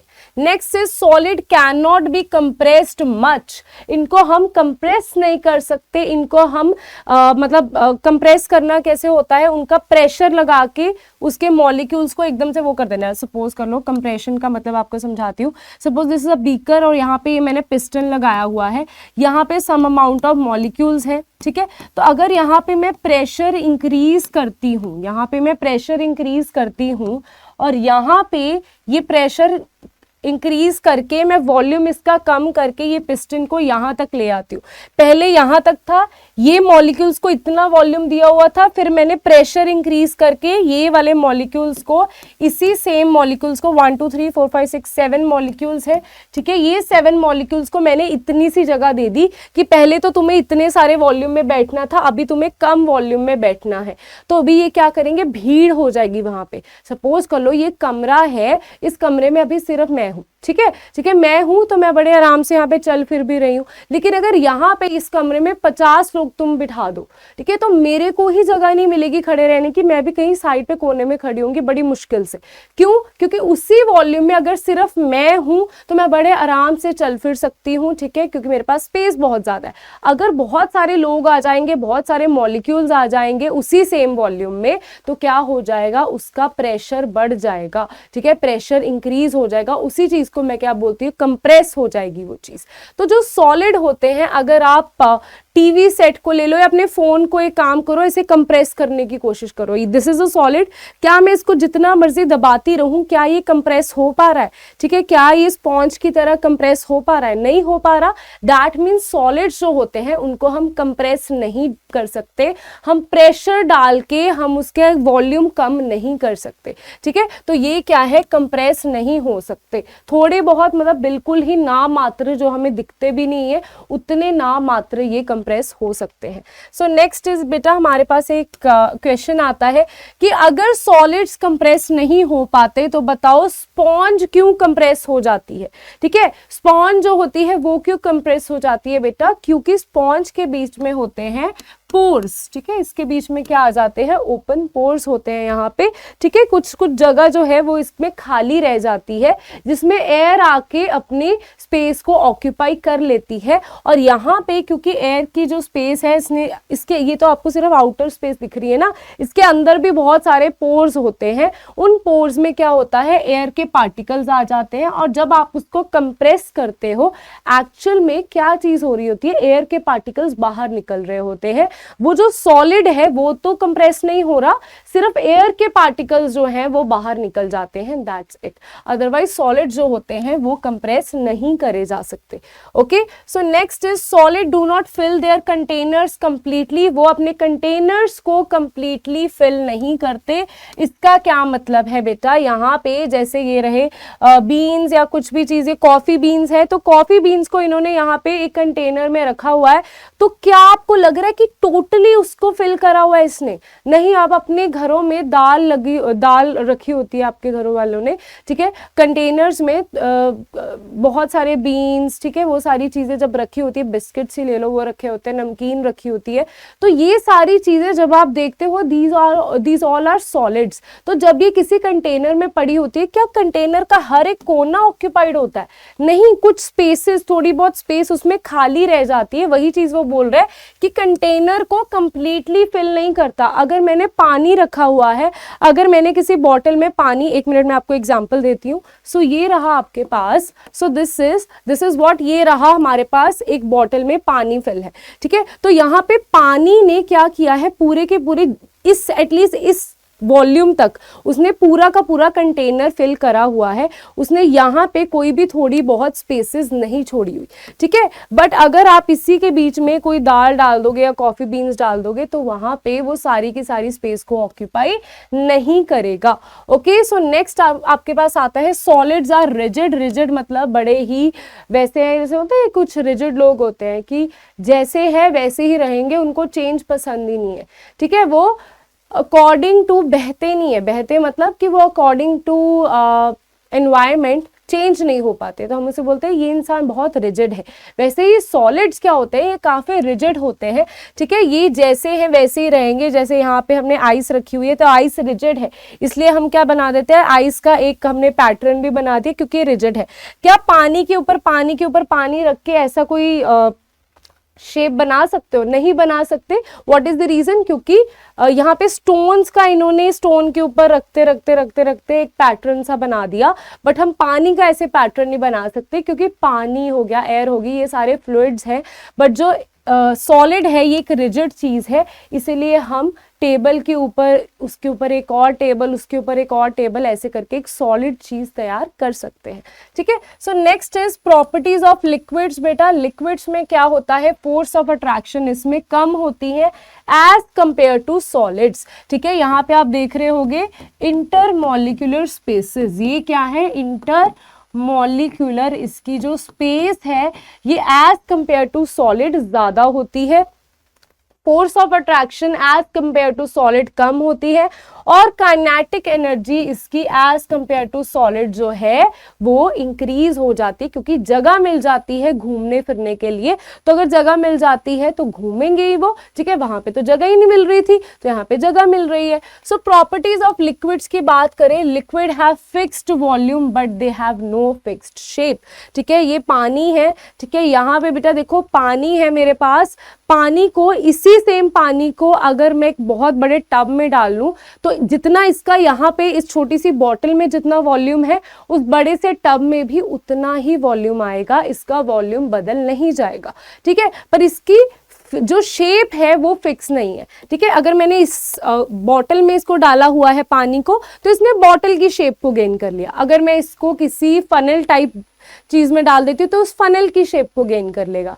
अगर मैं इसको बहुत ही बड़े किसी स्फेरिकल या हेमिस्फेरिकल बाउल में डाल देती हूँ तो उसकी शेप को गेन कर लेगा। जिस भी चीज में डालूंगी उसी चीज में इसका जो आकार है वो बदल जाएगा। इसलिए क्या बोलते हैं, बी लाइक वाटर, पानी की तरह बनो, ठीक है, ताकि आप जहां भी जाओ उस एनवायरमेंट में एडजस्ट हो जाओ, है ना। तो ये चीज एक कोटेशन मैंने सुनी थी कि पानी की तरह होना चाहिए, don't be so rigid in life, ताकि आप जहां भी जाओ वही अपनी जो आकार है अकॉर्डिंग टू एनवायरमेंट उसे बदल लो, ठीक है, बहुत फायदा रहता है फिर। तो नेक्स्ट है हमारे पास, liquid take the shape of vessel in which they are placed, like solid liquids can not be compressed much. Liquids को हम कंप्रेस नहीं कर सकते, ठीक है। कैसे लिक्विड्स को हम कंप्रेस नहीं कर सकते बेटा, यहाँ पे अगेन अगर आप ट्राई करोगे लिक्विड को कहाँ से कंप्रेस कर पाओगे, ठीक है। लिक्विड है आपके पास, आपने ऊपर से पिस्टन में प्रेशर डाला हुआ है, आप नहीं कर पाओगे उस चीज को। पानी ऑलरेडी जो इसके मॉलिक्यूल्स होते हैं, क्यों हम इन चीजों को कंप्रेस नहीं कर पाते, क्योंकि सॉलिड के तो ऑलरेडी बहुत पास पास है। आप और कितना प्रेशर डाल लोगे कि वो और ज्यादा पास आ जाए। इतनी ज्यादा दोस्ती गहरी नहीं हो सकती कि धक्के से और दोस्ती, पहली बहुत ज्यादा दोस्ती में बहुत ही ज्यादा प्यार मोहब्बत चल रही है और ज्यादा प्रेशर क्रिएट कर रहे हो, ठीक है, और कितनी दोस्ती हो जाएगी, फिर तो लड़ाई होगी सीधा, ठीक है। तो यहाँ पे लिक्विड में भी स्पेस जो होती है इतनी तो पास होती है कि अगर आप उसको थोड़ा सा प्रेशर दोगे ये थोड़े से पास आ जाएंगे, बट इतने भी पास नहीं आ पाएंगे, ये ज्यादा कंप्रेस नहीं हो पाएंगे, क्योंकि इनके पास इतनी स्पेस होती ही नहीं है कि वो ज्यादा कंप्रेस हो पाए। Next is liquids have moderate high densities, मतलब इसकी सॉलिड से, मैंने वो एग्जांपल दी ही थी, पानी वाले बकेट उठाओगे तो वो एज कंपेयर टू सॉइल तो वो कम भारी होगा, एज कंपेयर टू जो हमारा खाली बकेट है उससे तो वो ज्यादा भारी होगी, ठीक है। So liquids do not fill their container completely, इसका क्या मतलब है मैम, लिक्विड्स कैसे कंटेनर्स को फिल नहीं करते। बेटा कंटेनर्स को फिल करने का मतलब है, अगर मैंने इतना भी पानी इसमें डाला होता, अगर मैंने इतना पानी भी इसके बीच में डाला होता तो ये पानी को पूरे के पूरे बॉटल में फैल जाना चाहिए था, बट क्या पूरी बॉटल में फैला है, इतनी स्पेस तो खाली रह ही गई ना। तो उसी चीज की बात कर रहा है वो कि पूरे के पूरे कंटेनर को फिल नहीं करता, ठीक है। अगर मैंने इस पूरी बॉटल में इतना सा पानी भी डाला होता तो अगर ये पूरे कंटेनर को फिल कर रहा होता तो इसको पूरी बॉटल में फैल जाना चाहिए था, बट वो तो मैजिक हो जाएगा अगर लिक्विड ऐसे उड़ना शुरू कर देगा। लिक्विड नहीं उड़ता, ठीक है, गैसेस उड़ती हैं, गैसेस को शौक होता है उड़ने का। सो next is properties of gases, हमारे पास आती है प्रॉपर्टीज ऑफ गैसेस। बेटा गैसेस में जो मॉलिक्यूल्स होते हैं उनमें और भी कम दोस्ती होती है, ठीक है, बिल्कुल गहरी दोस्ती नहीं होती, एक दूसरे के अच्छे दोस्त नहीं होते गैसेस। ये अपने सेल्फिश लोग हैं जिनको अपना उड़ना बस ऐसे रुकना नहीं है, ठीक है, अपना उड़ते रहना है, अपनी ही दुनिया में घूम रहे हैं, कोई लेना देना नहीं है, ठीक है, पूरा एकदम ऐश से रहते हैं ये, ठीक है। तो यहाँ पे क्या है, इंटरमॉलिक्यूलर स्पेसिस वेरी लेस, ठीक है, इंटरमॉलिक्यूलर स्पेस जो है वो बहुत ही ज्यादा कम होती है, नहीं स्पेसेस बहुत ज्यादा होती हैं, सॉरी। सो जो स्पेस है दैट इज बहुत ही ज्यादा, स्पेस तो बहुत ही ज्यादा होती है, ठीक है, लेकिन इसमें जो अट्रैक्शन होती है, जो इसमें दोस्ती होती है, जो फोर्सेस ऑफ अट्रैक्शन होती है, they are very less. Forces of attraction बहुत कम होती है, स्पेस बहुत ही ज्यादा हो जाती है इसी वजह से, क्योंकि अट्रैक्शन है ही नहीं। तो काइनेटिक एनर्जी मतलब एनर्जी ऑफ मोशन भी इनमें बहुत ज्यादा होती है, आजादी बहुत मिल गई है, ठीक है। तो ये क्या है, ये उड़ते फिरते रहते हैं, इनको कोई लेना देना नहीं है किसी से, अपने मजे में रहते हैं, इनको कोई नहीं है फिक्र फाका कोई दुनिया का, ठीक है, अपना क्या कर रहे हैं, मजे कर रहे हैं लाइफ के, ठीक है, कोई इधर जा रहा है, कोई उधर जा रहा है, कोई इधर जा रहा है, कोई इधर जा रहा है, कोई लेना देना नहीं एक दूसरे से। सो नेक्स्ट है हमारे पास, इसकी प्रॉपर्टीज ही है गैसेस की।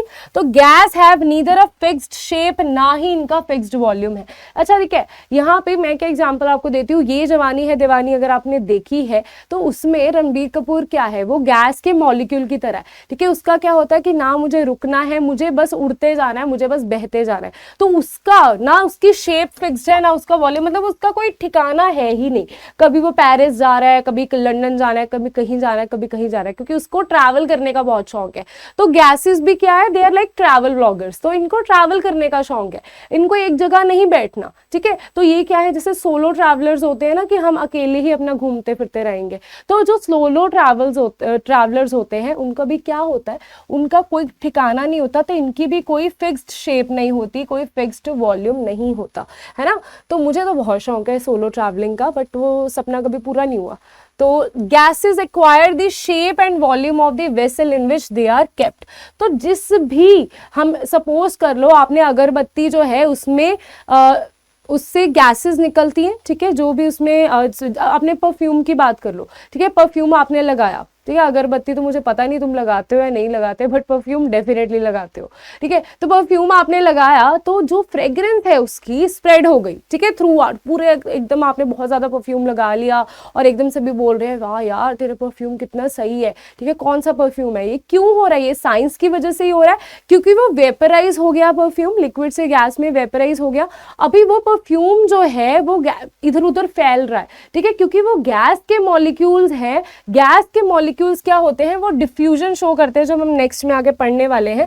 तो ये क्या करते हैं, जिस भी जगह में जाएंगे उसी चीज का वॉल्यूम एक्वायर कर लेंगे। अगर आप एक बहुत बड़ी जगह पे जाते हो तो वहां पे सारी आपकी फ्रेग्रेंस फैल जाएगी, अगर आप एक रूम में बैठे हो वहां पे उसकी फ्रेग्रेंस फैल जाएगी। तो आप एक गैस को जितने भी वॉल्यूम में रखोगे उतने ही वॉल्यूम को वो एक्वायर कर लेगी। Okay, so next is gases can be compressed easily. जो गैसेस है उनको कंप्रेस किया जा सकता है इजीली, ठीक है। तो कंप्रेस का क्यों कंप्रेस किया जा सकता है, क्योंकि ये ऑलरेडी बहुत दूर दूर होते हैं, इनमें बहुत ही ज़्यादा इंटर पार्टिकल स्पेसेस होती हैं, ठीक है। जब हम इसमें प्रेशर अप्लाई करते हैं तो ये जो गैस के मॉलिक्यूल्स हैं वो थोड़े से पास आ जाते हैं, और भी ज़्यादा हम इसको पास लेके आ सकते हैं। इसीलिए लिक्विफाइड पेट्रोलियम गैस क्या होती है, इतना ज़्यादा प्रेशर अप्लाई कर देना गैस पे कि वो लिक्विड में ही कन्वर्ट हो जाए, that is liquefaction of gases. तो आपने गैसेस तो इस एक्सटेंट तक कंप्रेस हो जाती हैं कि उसको आप लिक्विफाई भी कर सकते हो, ठीक है। तो इस चीज का हम आप एक काम करना, जो इंजेक्शन होता है ना, उसमें जो इंजेक्शन होता है उसकी जो नीडल होती है उसको बाहर निकाल लेना, नीडल को मत हाथ में पकड़ लेना, नीडल को बाहर निकाल लेना, और उसमें पिस्टन की तरह ही वो काम करेगा। तो आपने क्या करना है, नीचे से उसको सील कर देना है, ठीक है, नीचे से उसको सील कर देना है, ऊपर से आपने क्या करना है, एक पर्टिकुलर आपने देख लेना कि इतना वॉल्यूम है, अभी उसके बीच में कोई चीज़ नहीं है, ठीक है, मतलब एयर के पार्टिकल्स ही हैं। नीचे से आपने उसको सील कर लिया और ऊपर से आपने पिस्टन की तरह उसको क्या किया, कंप्रेस करना शुरू कर दिया, प्रेशर इंक्रीज करना शुरू कर दिया। तो आप क्या देखोगे, अगर आपका जो वहाँ पे गैस थी वो पहले इस वॉल्यूम तक थी, तो आगे जाते जाते जैसे आप कंप्रेस करोगे उसको, उसका वॉल्यूम यहाँ तक आ जाएगा। दैट मीन्स गैसेस जो है वो इतनी ज़्यादा कंप्रेस की जा सकती हैं, ठीक है, बहुत ही ज़्यादा कंप्रेसिबल चीज़ होती है। Next is gases have very low densities. Density तो खाली बकेट का तो कोई भार होता ही नहीं है, तो बहुत ही ज़्यादा लाइट होती है। Gases fill their containers completely, containers को कंप्लीटली फिल कर देती है, एंड दे फ्लो इजीली, बहती रहती है, ठीक है, जैसे ये एयर है वो बह रही है, ठीक है, हवा बहती है, क्यों बहती है, क्योंकि गैस है वो, राइट। सो यहाँ पे मैं आपको एक एक्टिविटी दिखाती हूँ जिससे आपको और चीजें क्लियर होगी। तो बेटा यहाँ पे क्या है आपके पास, मैंने क्या किया था, यहाँ पे अगरबत्ती कोई, ठीक है, इसके बीच में रखा, और उसके बाद क्या हुआ, मैंने उसको एक ढक्कन सा लगा दिया उसके ऊपर, उसके बाद कोई स्लैब रख ली, जो भी मेरा मन किया, मेरे को कोई चीज़ का ढक्कन मिल गया तो मैंने उसको ढक दिया उस चीज़ को। तो बेटा उसके बाद मैंने क्या किया, आफ्टर दैट मैंने बड़ी ही स्मार्टली इसके ऊपर एक और ग्लास रखा, और धीरे से, ताकि इसको पता भी ना लगे, उसके बाद धीरे से मैंने क्या किया, इस स्लैब को यहाँ से हटा दिया, मैंने इस स्लैब को यहाँ से हटा दिया। And after that what I observed, अभी यहाँ पे ये क्या है, ये खाली है, ठीक है, इट इज एम्प्टी, ये क्या है, अभी एम्प्टी है, इसमें क्या है, सिर्फ एयर है। इसमें क्या है, अगरबत्ती के जो पार्टिकल्स हैं वो है, इसमें वो वाले अगरबत्ती के पार्टिकल्स हैं। तो जब मैंने स्लैब को रिमूव कर दिया, जब मैंने स्लैब को रिमूव कर दिया तो ये सारे जो पार्टिकल्स हैं ये यहाँ पे शिफ्ट होने शुरू हो गए, ठीक है, ये यहाँ पे शिफ्ट होने शुरू हो गए। तो उससे मुझे क्या पता लगा, पहले तो गैस जो है वो फ्लो करती है, दूसरी बात मेरे को क्या पता लगी कि जिस भी कंटेनर में मैं इसको डालूंगी उसी कंटेनर में पूरा का पूरा ये फैल जाएगा, ठीक है। पहले इस कंटेनर में था तो वही गैस इस कंटेनर में फैली हुई थी, उसके बाद मैंने कंटेनर को डबल कर दिया तो वो उसमें फैल गई। अगर मैं इसको भी, इस वाली ग्लास को भी हटा देती, ये गैस जो है पूरे के पूरे रूम में फैल जाती। रीजन क्या है? Because it is fluid and वो जिस भी कंटेनर में डालोगे उस कंटेनर को टोटली फिल कर देगी। सो गाइज नेक्स्ट आता है हमारे पास डिफ्यूजन। डिफ्यूजन क्या होती है? डिफ्यूजन मतलब मिक्सिंग ऑफ गैसेस, ठीक है, गैसेस का मिक्स हो जाना। इसकी बहुत सारी एग्जांपल्स हम ऑलरेडी देख चुके हैं। ये खाना है, ये गरम खाना आपके सेंसेस तक कैसे पहुंच जाता है, आपको कैसे पता लग जाता है आज घर में राजमा बने हैं या आज घर में क्या चीज बनी है, छोले भटूरे बने हैं, क्या चीज बनी है, वो खुशबू से हमें पता लगता है। वो खुशबू कैसे हमारे नाक तक आ जाती है? क्योंकि डिफ्यूजन की वजह से ये जो पार्टिकल्स हैं ये मूव करते करते, मोशन में जाते जाते आप तक पहुंच जाते हैं। आपको पता लग जाता है बेडरूम में बैठे हुए कि किचन में कौन सी चीज बन रही है। कभी कभी तो हमें ये भी पता लग जाता है कि पड़ोसियों के घर में क्या पक रहा है ना, तो वो भी हम बता सकते हैं कि लगता है आज उनके घर में पकौड़े तले हैं, है ना। तो ये चीज किसकी वजह से होती है? डिफ्यूजन की वजह से ही होती है। The spreading and mixing of a substance with another substance due to motion of its particle. किसकी वजह से? मोशन ऑफ इट्स, उसके पार्टिकल्स के मोशन की वजह से हमारे तक उसके पार्टिकल्स की खुशबू पहुंच जाती है, ठीक है। तो और कौन कौन सी एग्जांपल्स होती हैं इस based on the motion of particles पे? ये बेस्ड होता है, जैसे बेटा यहाँ पे एग्जांपल है, ये हमने सबसे पहले देखा था कि ब्रोमीन के वेपर्स जो हैं ये स्लैब हटाने के बाद क्या हो जाएंगे? ऊपर की तरफ मिक्स हो जाएंगे और एयर के पार्टिकल्स जो हैं वो नीचे की तरफ आ जाएंगे। यहाँ पे भी क्या हो रहा है? डिफ्यूजन ऑफ गैसेस हो रही है। ब्रोमीन वेपर्स एंड एयर क्या हो रहे हैं? आपस में डिफ्यूज हो रहे हैं। इसमें ये याद रखना है, अगर आपसे कोई पूछे क्या यहाँ पे सिर्फ ब्रोमीन के वेपर्स जा रहे हैं ऊपर की तरफ, क्या एयर के वेपर्स नीचे की तरफ नहीं आ रहे थे? तो बिल्कुल आ रहे थे, एयर के पार्टिकल्स भी नीचे की तरफ मिक्स होके आ रहे थे। It's just that air colourless होती है तो हमें वो नजर नहीं आए, हमें ये रेडिश ब्राउन वेपर्स ऊपर जाते हुए नजर आ गए। और ऐसा नहीं होता, जो चीज नजर नहीं आ रही वो होती नहीं, ऐसा नहीं होता, जो चीज नजर नहीं आ रही वो भी होती है, ठीक है। तो यहाँ पे नेक्स्ट क्या है? Diffusion increases with increase in temperature, जैसे जैसे टेम्परेचर बढ़ता रहेगा। अब मुझे बताओ, जो कोल्ड फूड होता है और जो हॉट फूड होता है, जो ठंडा खाना होता है, इसकी जो फ्रेग्रेंस है वो आपके नाक तक पहुंच नहीं पाती, ठीक है। अगर फ्रिज में कोई खाना पड़ा है, जितना ही टेस्टी खाना हो, आप तक नहीं पहुंच पाएगी उसकी खुशबू। What is the reason behind that? क्योंकि जो कोल्ड चीज होती है उसकी डिफ्यूजन रेट कम होता है और जो हॉट गरम गरम खाना होता है वो तो हमें पड़ोसियों का भी पता लग जाता है क्या बना है, इसका डिफ्यूजन रेट ज्यादा होता है as compare to cold food. Okay, so इसकी और एग्जांपल्स देख लेते हैं। This is that example only. ये क्या था? यहाँ पे मोमोज थे। Wow, momos, I love momos. So यहाँ पे क्या है? Diffusion increases with increase in temperature हो चुका है। Diffusion increases with increase in temperature, इसी की एग्जांपल है। ओके, तो बेटा यहाँ पे क्या है? एक जो ग्लास है उसमें कोल्ड वाटर है, इसमें कोल्ड वाटर किसमें है, हॉट वाटर किसमें है? इसमें कोल्ड वाटर था और इसमें था हॉट वाटर, ठीक है। एक में कोल्ड वाटर है, एक में हॉट वाटर है। तो यहाँ से आपको पता लग जाएगा, यहाँ पे डिफ्यूजन रेट आपको देखते ही पता लग जाएगा। इन दो बीकर्स को ध्यान से, इन दो ग्लास को ध्यान से देखो तो यहाँ पे डिफ्यूजन रेट जो है वो ज्यादा है, इसमें डिफ्यूजन रेट जो है वो कम है, ठीक है। जिसमें डिफ्यूजन रेट कम है that means that is a cold water, इसमें क्या है? कोल्ड वाटर है। और जिसमें डिफ्यूजन रेट ज्यादा है वो क्या है? हॉट वाटर है। तो ऐसे भी आपको क्वेश्चन आ सकता है, आपको दो बीकर दे दिए जाए, beaker number A, beaker number B, और आपको बता दिया जाए कि इसमें ऑब्जर्व करके बताओ कि यहाँ पे कौन सा हॉट वाटर है, कौन सा कोल्ड वाटर है। तो जिसमें डिफ्यूजन ज्यादा फास्ट हो रही है that is a hot water.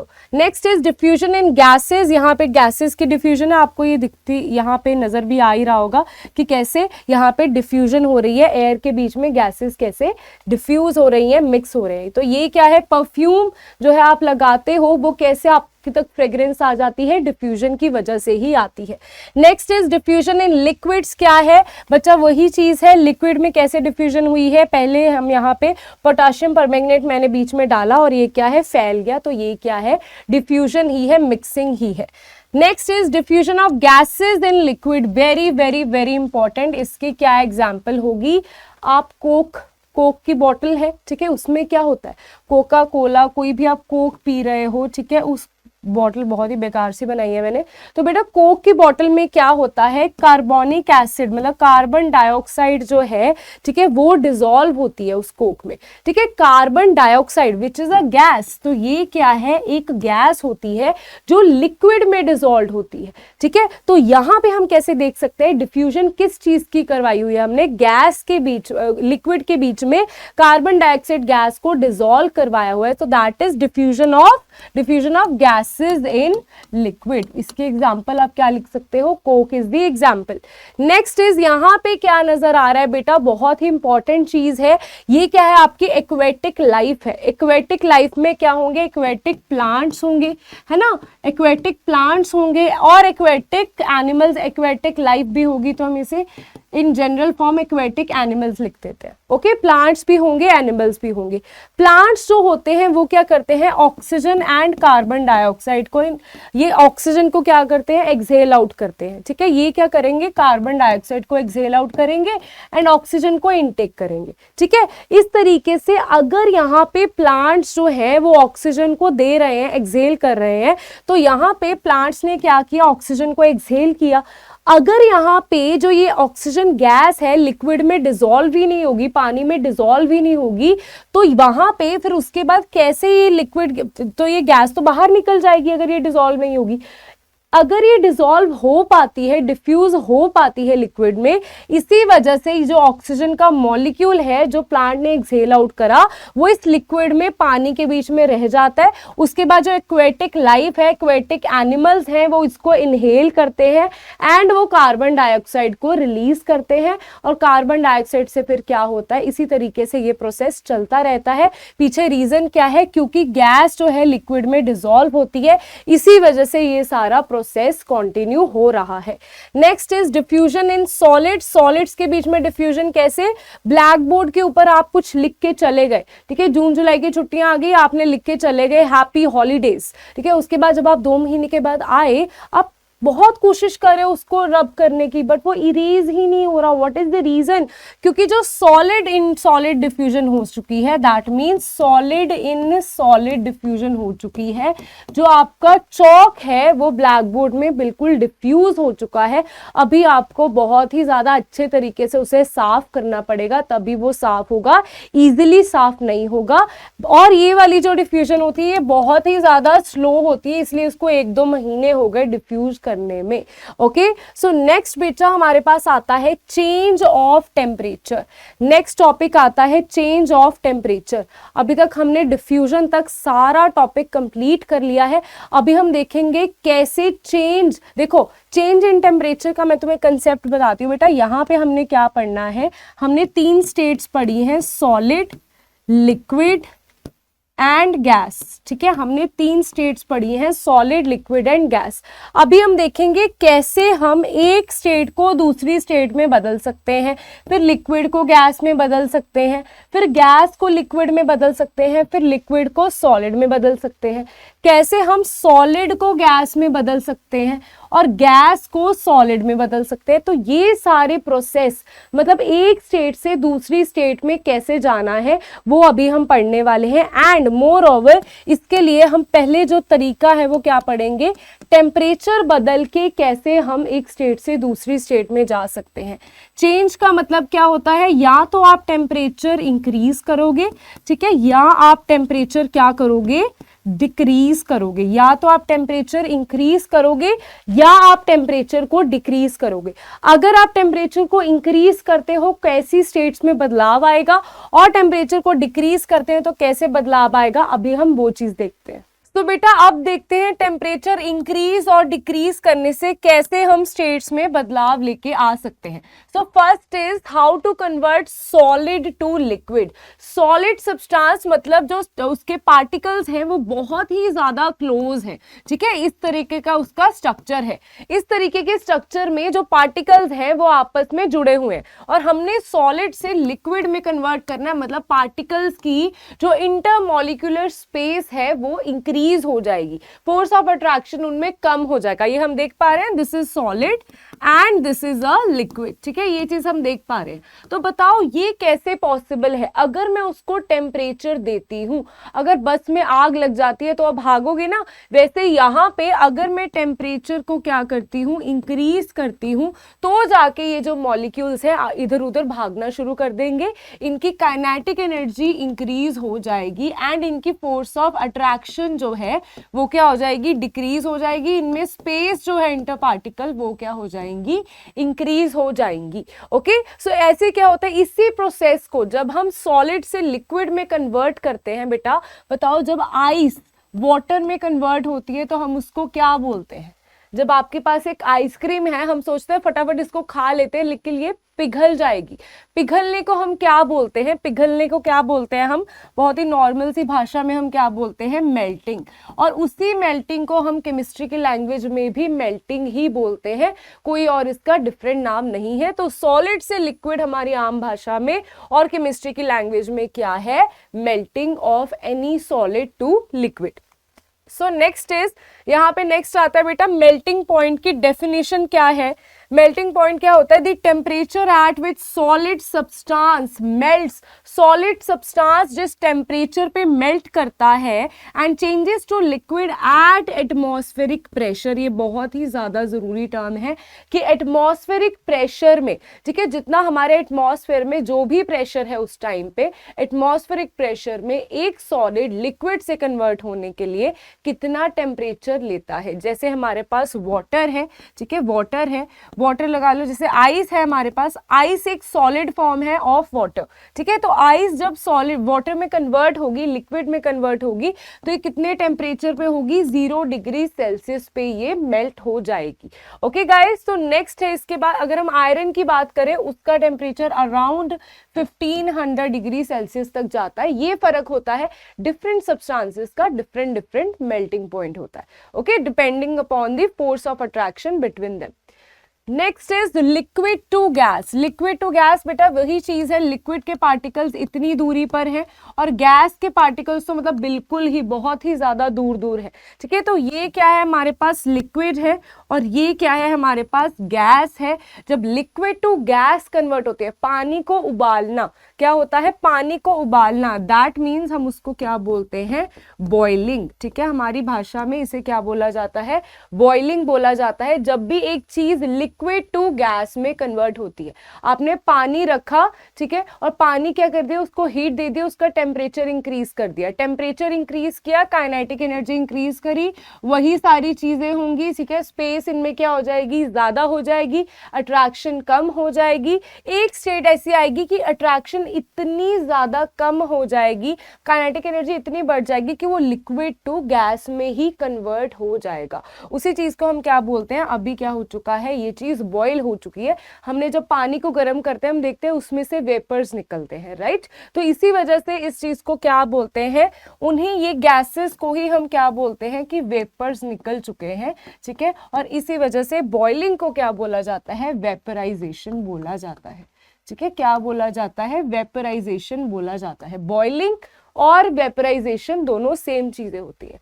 तो गाइज यही पानी उबाल रहा है, ठीक है, पानी के बीच में नूडल्स को उबाल रहा है। तो यहाँ पे क्या है हमारे पास? बॉइलिंग पॉइंट क्या होता है? जैसे मेल्टिंग पॉइंट की डेफिनेशन थी बिल्कुल सेम वैसे ही हमारे पास बॉइलिंग पॉइंट की डेफिनेशन है। The temperature at which liquid substance किस में कन्वर्ट हुआ है? गैस में कन्वर्ट हुआ है एट एटमॉस्फेरिक प्रेशर। किसमें? एट एटमॉस्फेरिक प्रेशर पे हुआ है ये चीज हमेशा याद रखनी है कि दोनों डेफिनेशन एट एटमॉस्फेरिक प्रेशर पे हुई है, ठीक है। That is one condition for melting point and boiling point. Next is gas to liquid. अभी हमने क्या, हमारे पास देखो कितनी स्टेट थी? Solid, liquid and gas. हमने क्या किया? सॉलिड टू लिक्विड मेल्टिंग है, लिक्विड टू गैस क्या है? वेपराइजेशन है, बॉइलिंग है। अभी गैस टू लिक्विड क्या है? अभी हम रिवर्स वापस की तरफ आ रहे हैं। कोई चीज गैस में है, उसको क्या करना है? मैंने लिक्विड में कन्वर्ट करना है। कहने का तात्पर्य क्या है? कहने का मतलब क्या है बेटा? यहाँ पे जो गैस के मॉलिक्यूल्स है बहुत दूर दूर है, उसके बाद क्या होंगे? ये मॉलिक्यूल्स हमने पास लेकर आने हैं, ठीक है। मॉलिक्यूल्स पास लेकर आने हैं, तो टेम्परेचर इंक्रीज तो डेफिनेटली नहीं होगा। इसमें टेम्परेचर जो है वो क्या होगा? होगा, डिक्रीज हो जाएगा, टेम्परेचर डिक्रीज हो जाएगा, टेम्परेचर कम हो जाएगा। What is the reason? क्योंकि मैंने उसको टेम्परेचर प्रोवाइड करके और दूर नहीं करना, पार्टिकल्स को पास लेकर आना है। तो हम क्या करेंगे यहाँ पे? कूलिंग करेंगे। क्या होगा यहाँ पे? कूलिंग होगी। तो बेटा इस चीज को, जब एक चीज गैस टू लिक्विड में, कैसे गैस टू लिक्विड में रिवर्स में जाती है, तो उसको हम क्या बोलते हैं? That is known as condensation. उसको हम क्या बोलते हैं? उसको हम बोलते हैं कॉन्डेंसेशन। ठीक है, कॉन्डेंस हो जाती है। कंडेंस होने का क्या मतलब है? एक चीज लिक्विड में थी, एक चीज गैस में थी, वो किस में कन्वर्ट हो चुकी है? लिक्विड में कन्वर्ट हो चुकी है। तो इसके हम एक एक्सपेरिमेंट से इसको जान लेते हैं। तो सपोज कर लो आपके पास क्या है, एक बीकर में आपके पास पानी है। ठीक है, बीकर में पानी है, आपने नीचे से उसे हीट प्रोवाइड करी, और अगर आप पानी दे रहे हो, पानी है, उसको हीट प्रोवाइड कर रहे हो, तो यहाँ पे क्या होगा? यहाँ पे इसके बेटा वेपर्स बनेंगे। ठीक है, यहाँ पे इसके वेपर्स बनेंगे। तो ये वेपर्स बनते हुए ये पानी जो है वो बॉयल होना शुरू हो गया। तो हमने यहाँ पे क्या किया? इन वेपर्स को कहीं से इकट्ठा किया, और उन वेपर्स को हम लेके गए कहाँ पे? एक ट्रे के पास। हमने एक ट्रे के पास उन वेपर्स को लेके गए, और इस ट्रे में हमारे पास क्या है? आइस क्यूब्स है। ठीक है, इस ट्रे में हमारे पास क्या है? आइस क्यूब्स है। ठीक है, इस ट्रे में आइस क्यूब्स है। तो आइस क्यूब किस चीज का काम करेंगे? इसको कूल करने का काम करेंगे। ठीक है, मैंने गैस तो बना दी, मेरे पास गैसियस फेज तो आ गया। ठीक है, वेपर्स तो आ गए। अभी ये जो सारे वेपर्स है, इसका टकराव किसके साथ होना चाहिए? इसका टकराव होना चाहिए किसी कूल चीज के साथ, किसी ठंडी चीज के साथ, जिसका टेम्परेचर, जिससे इस गैस का टेम्परेचर जो है वो कम हो जाए।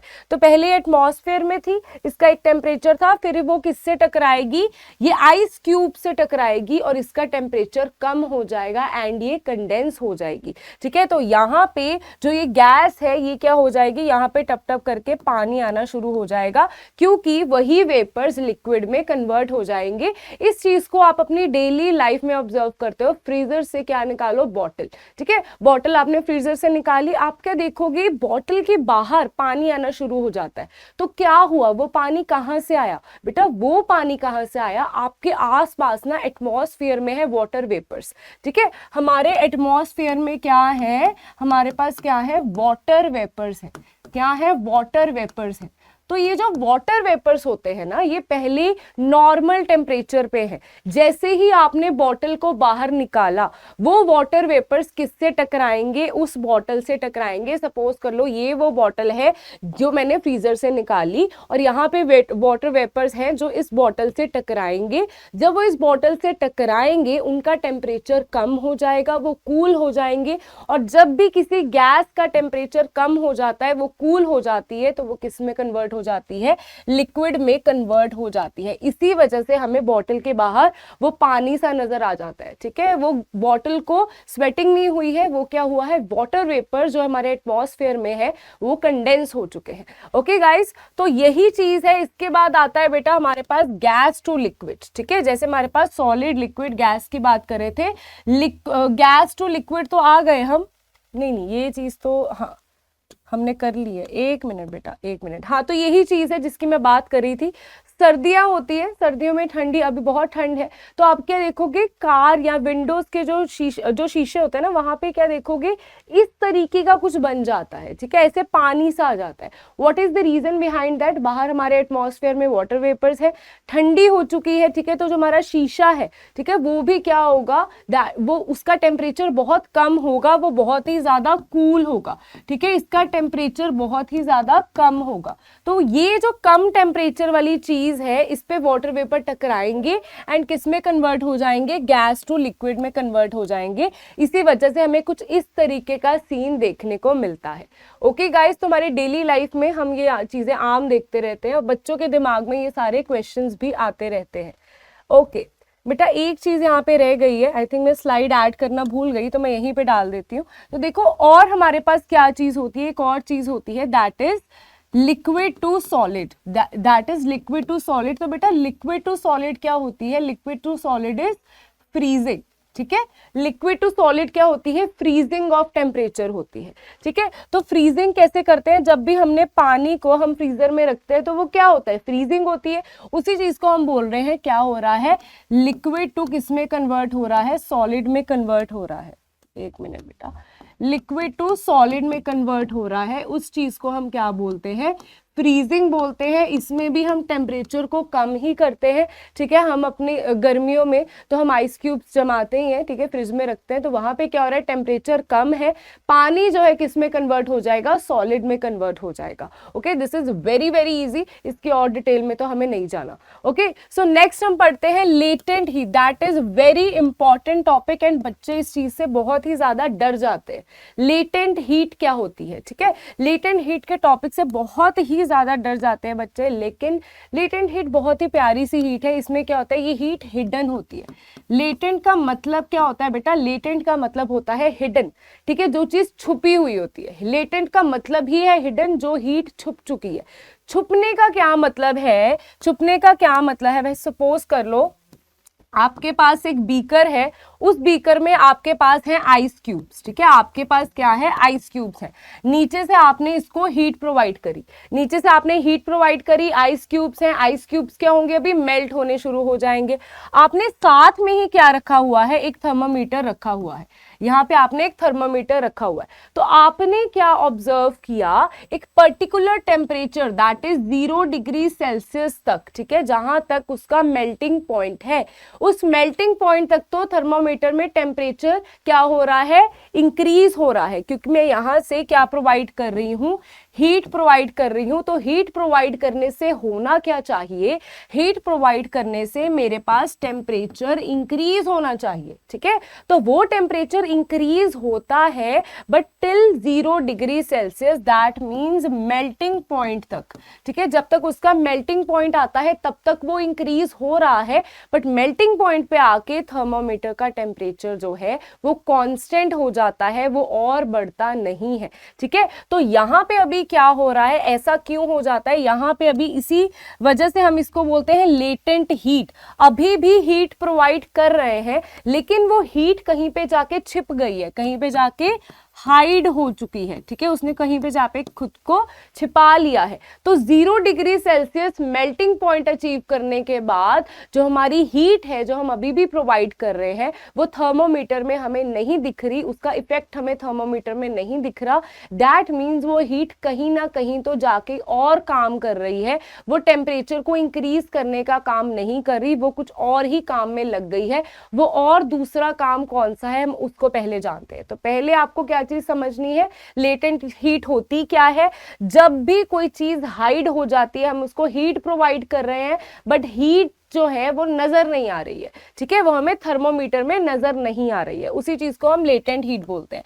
तो बेटा लेटेंट हीट ना दो तरह की होती है, एक तो होती है लेटेंट हीट ऑफ फ्यूजन, एक क्या होती है latent heat of fusion, and second is latent heat of vaporisation, ठीक है, सेकंड होती है लेटेंट हीट ऑफ वेपराइजेशन।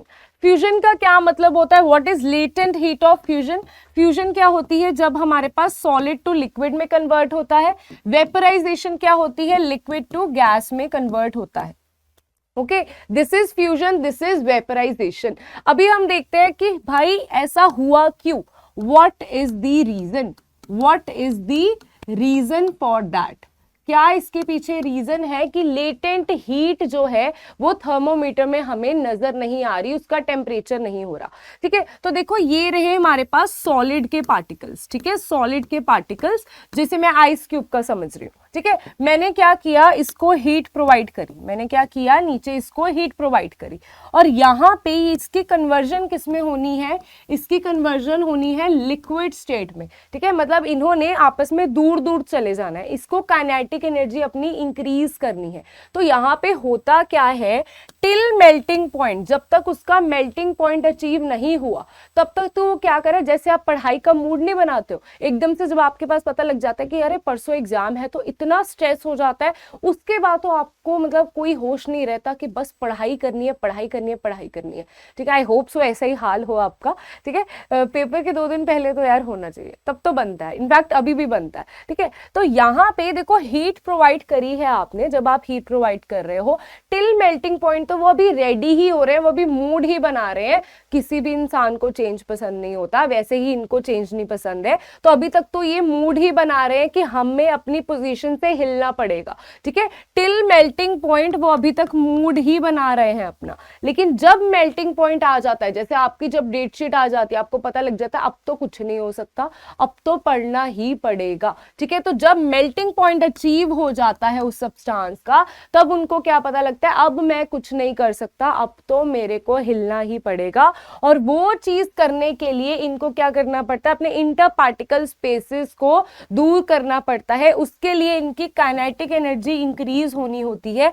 और जो टेम्परेचर थर्मामीटर का टेम्परेचर इंक्रीज कर रहा था, जो हीट जो मैं प्रोवाइड कर रही थी, वो थर्मामीटर का टेम्परेचर इंक्रीज कर रहा था, वही हीट अब यूज हो जाएगी काइनेटिक एनर्जी को इंक्रीज करने में, ठीक है। उन मॉलिक्यूल्स को दूर दूर करने में वही हीट यूज हो रही है, ठीक है। जो हीट मैं जिसको बोल रही हूँ लेटेंट हीट, जिसको मैं बोल रही हूँ लेटेंट हीट, वही हीट कहाँ पे यूज हो रही है, ये इसकी काइनेटिक एनर्जी को इंक्रीज करने में वही हीट यूज हो रही है।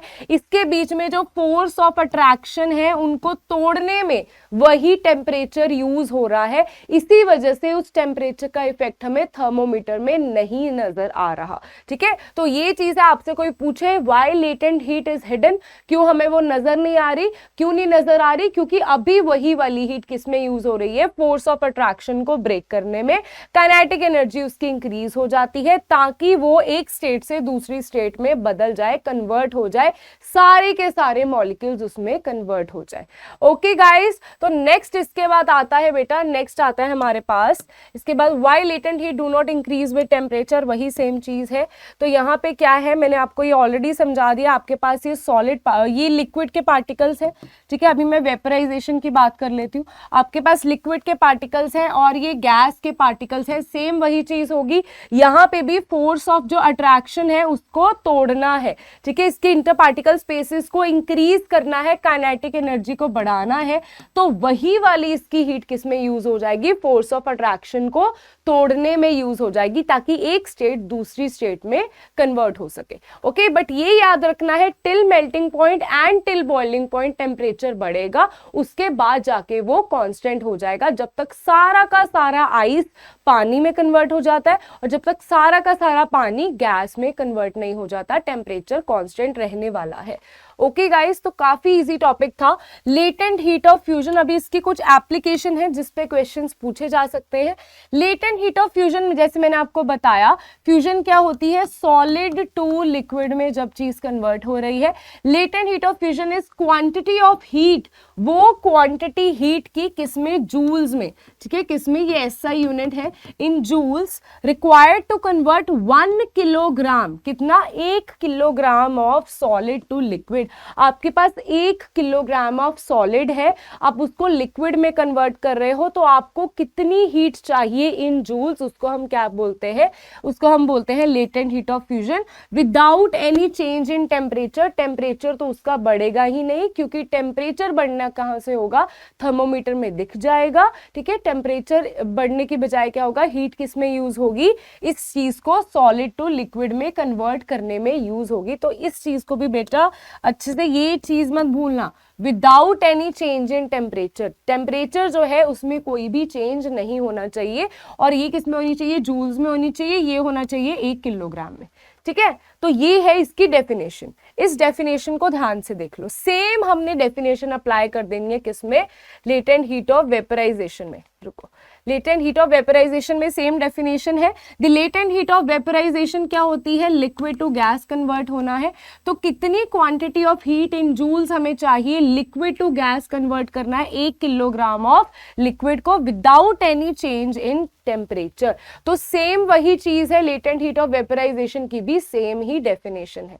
सो बच्चा यहाँ पे अभी हम देखते हैं बड़ी ही खास बात, बहुत ही मजेदार बात, बहुत ही मजेदार बात। मुझे ये बताओ, हम ऐसा बोलते हैं कि अगर आपके पास कोक है, आप घर पे रिलेटिव्स आए हैं, ठीक है, तो आपके पास एकदम से कोक नहीं था, ठीक है, आप दुकान पे गए, आपने बोला ठंडा कोक चाहिए, वो कहते ठंडा कोक तो नहीं है, उन्होंने आपको नॉर्मल टेम्परेचर पे कोक दे दिया। अभी किसी को नॉर्मल टेम्परेचर पे कोक पिलाओगे तो उसको नहीं मजा आने वाला। लोग तो सर्दियों में भी नहीं पीते, ठीक है, सर्दियों में भी लोग ठंडा ठंडा कोक पीते हैं।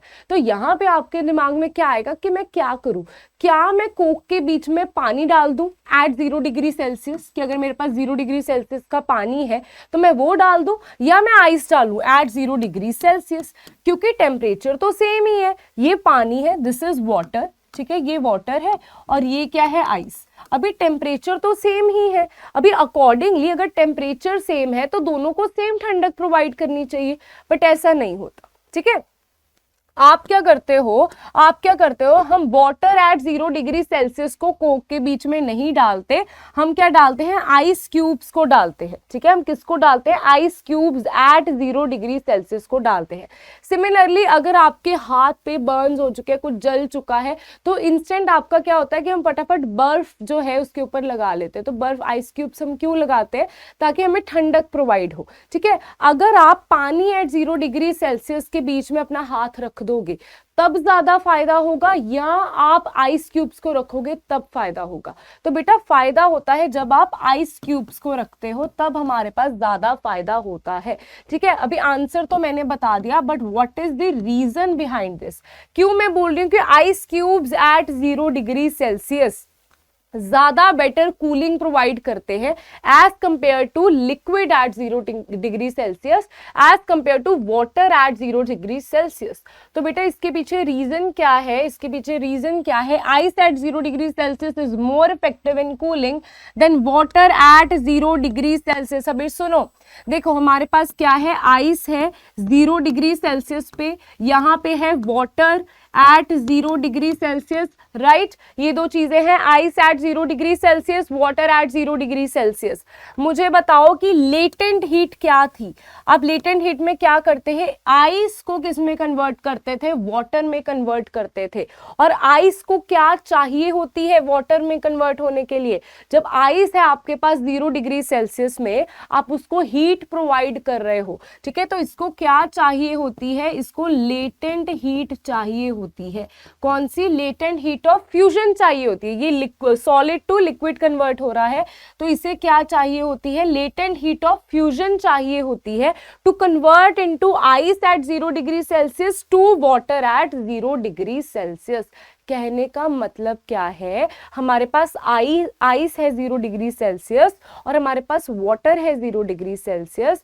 हमें क्या चाहिए, उसको हीट प्रोवाइड करनी है, तभी वो कन्वर्ट होगा वाटर एट 0 डिग्री सेल्सियस पे, ठीक है। तभी वो किस में कन्वर्ट होगा, water at 0 degree Celsius. That means they are not equal, they don't have equal amount of coolness। अगर आइस को लेटेंट हीट ऑफ फ्यूजन मिल जाए, अगर उसको लेटेंट हीट ऑफ फ्यूजन मिल जाए, तभी वो किस में कन्वर्ट हो पाएगा, वाटर एट 0 डिग्री सेल्सियस। इसका क्या मतलब है कि जो मेरे पास वाटर होता है एट 0 डिग्री सेल्सियस, वो क्या होता है, इसका क्या मतलब है, मेरे पास जो वाटर होता है एट 0 डिग्री सेल्सियस, इसके पास ज्यादा हीट होती है, ठीक है, इसके पास ज्यादा हीट होती है। एक तो 0 डिग्री सेल्सियस तक जितनी हीट आ सकती है उतनी है, दूसरी हीट कहां से आई, यहां से आई, ठीक है। जब आपके पास एक आइस है, उसको वाटर में कन्वर्ट करने के लिए आपको उसको एडिशनल हीट प्रोवाइड करनी पड़ेगी, ठीक है, एडिशनल हीट प्रोवाइड करने की पड़ेगी। दैट मीन्स पानी के पास ज्यादा हीट होती है at 0 degree Celsius as compare to ice at 0 degree Celsius, ठीक है। फॉर एग्जाम्पल आप ले लो, इस चीज का क्या देख सकते हो कि आपने 10th अभी पास आउट करोगे, ठीक है, इसके बाद 9th के बाद आप 10th में जाओगे, ठीक है, 10th पास आउट करोगे, आपके पास एक एक्स्ट्रा सर्टिफिकेट आ जाएगा, ठीक है। बच्चे तो आप सेम ही हो ना, आप तो सेम ही हो, आप तो नहीं बदले, बस आपने कुछ स्टेप आगे ले लिया और आपके पास एक चीज एक्स्ट्रा आ गई। वैसे ही है तो वही चीज है, तो वही रूप है, ये आइस भी सेम ही है, वाटर भी सेम ही है, बट जब वो चीज वाटर में कन्वर्ट हो जाती है, वो एक्स्ट्रा चीज गेन करके होती है, ठीक है। सपोज करो ये हो आप 10th क्लास में और ये हो आप 9th क्लास में, ठीक है, ये 10th नहीं, ये हम 11th ले लेते हैं, ये हो आप 11th क्लास में, तो अभी आप 9th क्लास में हो तो आपके पास वो 10th क्लास पास आउट का सर्टिफिकेट नहीं है। जब आप 11th में चले जाओगे आपके पास वो वाला पास आउट का सर्टिफिकेट आ जाएगा। तो इसमें वाटर के पास वो एक्स्ट्रा चीज है, ठीक है, वो एक्स्ट्रा चीज क्या है, वो हीट है। इसी वजह से जो पानी है वो ज्यादा गर्म होता है और हमें गर्म चीज नहीं चाहिए, हमें कूल वाली चीज चाहिए, हमारी ठंडक चाहिए, हमारी कोल्ड ड्रिंक को ठंडा करने के लिए। हमें और किस चीज के लिए ठंडक चाहिए, हमें हमारे जो वाटर है, ठीक है, हमारे जो बर्न्स है उसको ठीक करने के लिए, हील करने के लिए हमें क्या चाहिए, ठंडक चाहिए, ना कि गर्मी चाहिए, ठीक है। तो हम यहाँ पे क्या करेंगे, आइस एट 0 डिग्री सेल्सियस को यूज करते हैं। तो बेटा सेम कंसेप्ट कहाँ पे आता है, जब बर्न्स होते हैं, तो क्यों बोल रहा है, burns caused by steam are more severe, ठीक है, जो स्टीम से, ठीक है, हमारे पास अगर आपके पास देखो क्या है, मैं आपसे एक बात पूछती हूँ, उबलता हुआ पानी आपके ऊपर गिर जाए वो ज्यादा डेंजरस है या स्टीम एट 100 डिग्री सेल्सियस वो ज्यादा डेंजरस है? 100 डिग्री सेल्सियस बॉइलिंग पॉइंट होता है पानी का, ठीक है। नो डाउट अगर आपके ऊपर उबलता हुआ 100 डिग्री सेल्सियस का पानी गिर जाए आपकी जान निकल जाएगी, ठीक है, बहुत ही ज्यादा रैशेस हो जाएंगे। बट अगर स्टीम एट 100 डिग्री सेल्सियस गिर गई वो उससे भी ज्यादा डेंजरस होती है। अगर आपने जो फुलके होते हैं, चपाती होती है ना, उसमें जो बिल्कुल ही फूली हुई चपातीज होती हैं, तो अगर आप उसमें हल्का सा ऐसे हाथ लगाओगे तो वहां से जो स्टीम निकलेगी आपको एकदम ऐसा लगेगा कि बहुत ही ज्यादा गर्म है, ठीक है। कभी कभी उस स्टीम से हमारा एकदम से हाथ थोड़ा सा जल भी जाता है। वो स्टीम तो फिर भी 100 डिग्री सेल्सियस पे नहीं होती, that is around 20 to 30 degree Celsius पे होगी। तो 100 डिग्री सेल्सियस स्टीम में कितनी ज्यादा हीट होगी कि वो बॉइलिंग पॉइंट, बॉइलिंग टेम्परेचर, जैसे वाटर एट बॉइलिंग पॉइंट से भी ज्यादा डेंजरस होती है, ठीक है। अगर पानी उबलता हुआ आपके ऊपर गिर जाए वो तो डेंजरस है ही, लेकिन स्टीम उसी टेम्परेचर पे उससे भी कहीं ज्यादा डेंजरस होती है। What is the reason behind that बेटा? सेम वही रीजन है कि हमारे पास है वाटर, ठीक है, हमारे पास है वाटर 100 डिग्री सेल्सियस पे और हमारे पास है स्टीम किस पे, 100 डिग्री सेल्सियस पे। तो मुझे बताओ कि जो स्टीम होगी 100 डिग्री सेल्सियस पे वो बनी कहाँ से है? पानी को उबाल के ही बनी है, पानी को उबाल के ही बनी है। दैट मीन्स जो स्टीम होगी उसने एक्स्ट्रा लेटेंट हीट ले रखी होगी, उसके पास एक्स्ट्रा डिग्री आ चुकी है, वो एक्स्ट्रा हीट लेके बैठी है तभी वो स्टीम में कन्वर्ट हुई है। दैट मीन्स इसके पास ज्यादा हीट है, या जो स्टीम एट 100 डिग्री सेल्सियस हमारे लिए ज्यादा डेंजरस हो जाती है। ओके गाइस, तो ये क्वेश्चन आपको पूछे जा सकते हैं। नेक्स्ट इज, ये आपको मैंने बता दिया है, ठीक है, this is done. Next is sublimation. तो बेटा देखो हमने सारी स्टेट्स कर ली है, solid to liquid, liquid to gas, then gas to liquid and liquid to solid, ये भी हम कर चुके हैं। अभी हम क्या करेंगे, बीच में एक स्टेट को उड़ा देंगे, ठीक है, किस स्टेट को? लिक्विड स्टेट को हम उड़ा देंगे। अभी हम क्या देखेंगे, सीधा सॉलिड टू गैस या गैस टू सॉलिड कैसे जाते हैं। जब हम सॉलिड टू गैस या gas to solid directly convert होते हैं तो उसे हम क्या बोलते हैं? That is known as sublimation. Sublimation का क्या मतलब होता है? सीधा सॉलिड टू गैस या gas to solid is known as sublimation. Sublimation is the transition of temperature from solid to gas phase without passing through intermediate liquid phase से पास नहीं होता। ये चीज आपको कहाँ पे पाई जाती है बेटा? मुश्कपुर, घर में जो कैंफर होता है, मुश्कपुर होता है, ठीक है, उसमें क्या होती है, मुश्कपुर के बीच में क्या होता है, उसको अगर आप हीट करोगे तो वो लिक्विड में मेल्ट नहीं होगा, ठीक है, वो लिक्विड में मेल्ट नहीं होता। जैसे आइस क्यूब पहले मेल्ट होंगे फिर वेपराइज होंगे, वैसे नहीं होगा। जो कैंफर होता है, मुश्कपुर होता है, वो क्या करेगा, सीधा सॉलिड से अगर आप उसको आग लगाते हो सीधा खुशबू में कन्वर्ट हो जाता है, सीधा वो गैसियस मतलब गैस फेज में कन्वर्ट हो जाता है, वेपर फेज में कन्वर्ट हो जाता है। दैट इज कैंफर मुश्कपुर। तो इसके बेटा और भी बहुत सारे एग्जाम्पल्स हैं, ये हमारा कैंफर ही है, मैंने जो आपको एग्जाम्पल ऑलरेडी दे दी है। These are naphthalene balls. Naphthalene balls गर्मियों या सर्दियों के कपड़े जब हम रखते हैं ताकि वो कपड़े खराब ना हो जाए किसी भी मस्किटो या किसी की भी एक्शन से, तो हम क्या करते हैं उसके बीच में नैप्थलीन बॉल्स करते हैं। नैप्थलीन बॉल्स क्या होती है, एक तरह का जहर होता है फॉर दोज मस्किटोज। तो अभी नैप्थलीन बॉल्स क्या करेंगी, नैप्थलीन बॉल्स ऐसे गोले से होते हैं, ठीक है, they are like white balls. तो ये क्या करेंगी, ये सीधा सॉलिड से गैस में कन्वर्ट होती हैं। आपने इसको रख दिया 6 महीने के लिए, कपड़े साइड पे पड़े, तो अभी क्या होगा, ये सीधा सॉलिड से गैस में कन्वर्ट हो जाएंगी। ये लिक्विड में नहीं जाती, टेम्परेचर तो उसका इंक्रीज बढ़ी रहा होता है। धीरे धीरे with the span of 2-3 month सारी की सारी बॉल्स जो है वो उड़ जाती हैं, सारी की सारी नैप्थलीन बॉल्स गायब हो जाती हैं, क्योंकि सारी की सारी बॉल्स जो है वेपराइज हो चुकी हैं और उन कपड़ों में जा चुकी हैं। तो इसीलिए जब भी हम कपड़े निकालते हैं उसको धूप देते हैं। क्यों धूप देते हैं, ताकि जो नैप्थलीन बॉल्स वेपराइज होके हमारे कपड़ों में जा चुकी है, हमारे कपड़ों को बचाने के लिए वो हमारे कपड़ों से भी उसकी जो गंदी सी स्मेल है वो निकल जाए और हमें वो खराब ना करे, हमारी हेल्थ को खराब ना करे।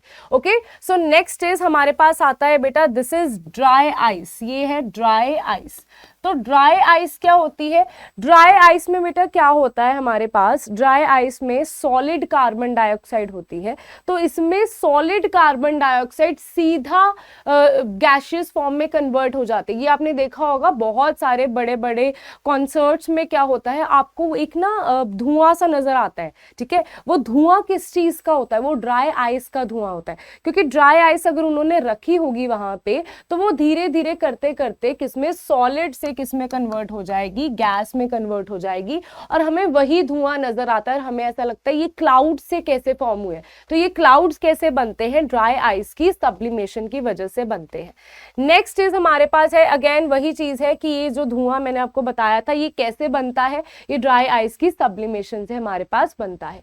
और इसके एग्जांपल होती हैं जैसे अमोनियम क्लोराइड। अमोनियम क्लोराइड इसके अनदर एग्जाम्पल है, ठीक है। देन देयर इज आयोडीन, इसके अनदर एग्जाम्पल है, ठीक है। आयोडीन, अमोनियम क्लोराइड, ये सारी सब्लिमेबल सब्सटेंसेस होते हैं जो सीधा सॉलिड से गैशियस फॉर्म में कन्वर्ट हो जाते हैं। सो बेटा नेक्स्ट इज, उसके बाद अभी देखो हमने चेंज इन स्टेट्स पढ़ा है बाय चेंजिंग दी टेम्परेचर।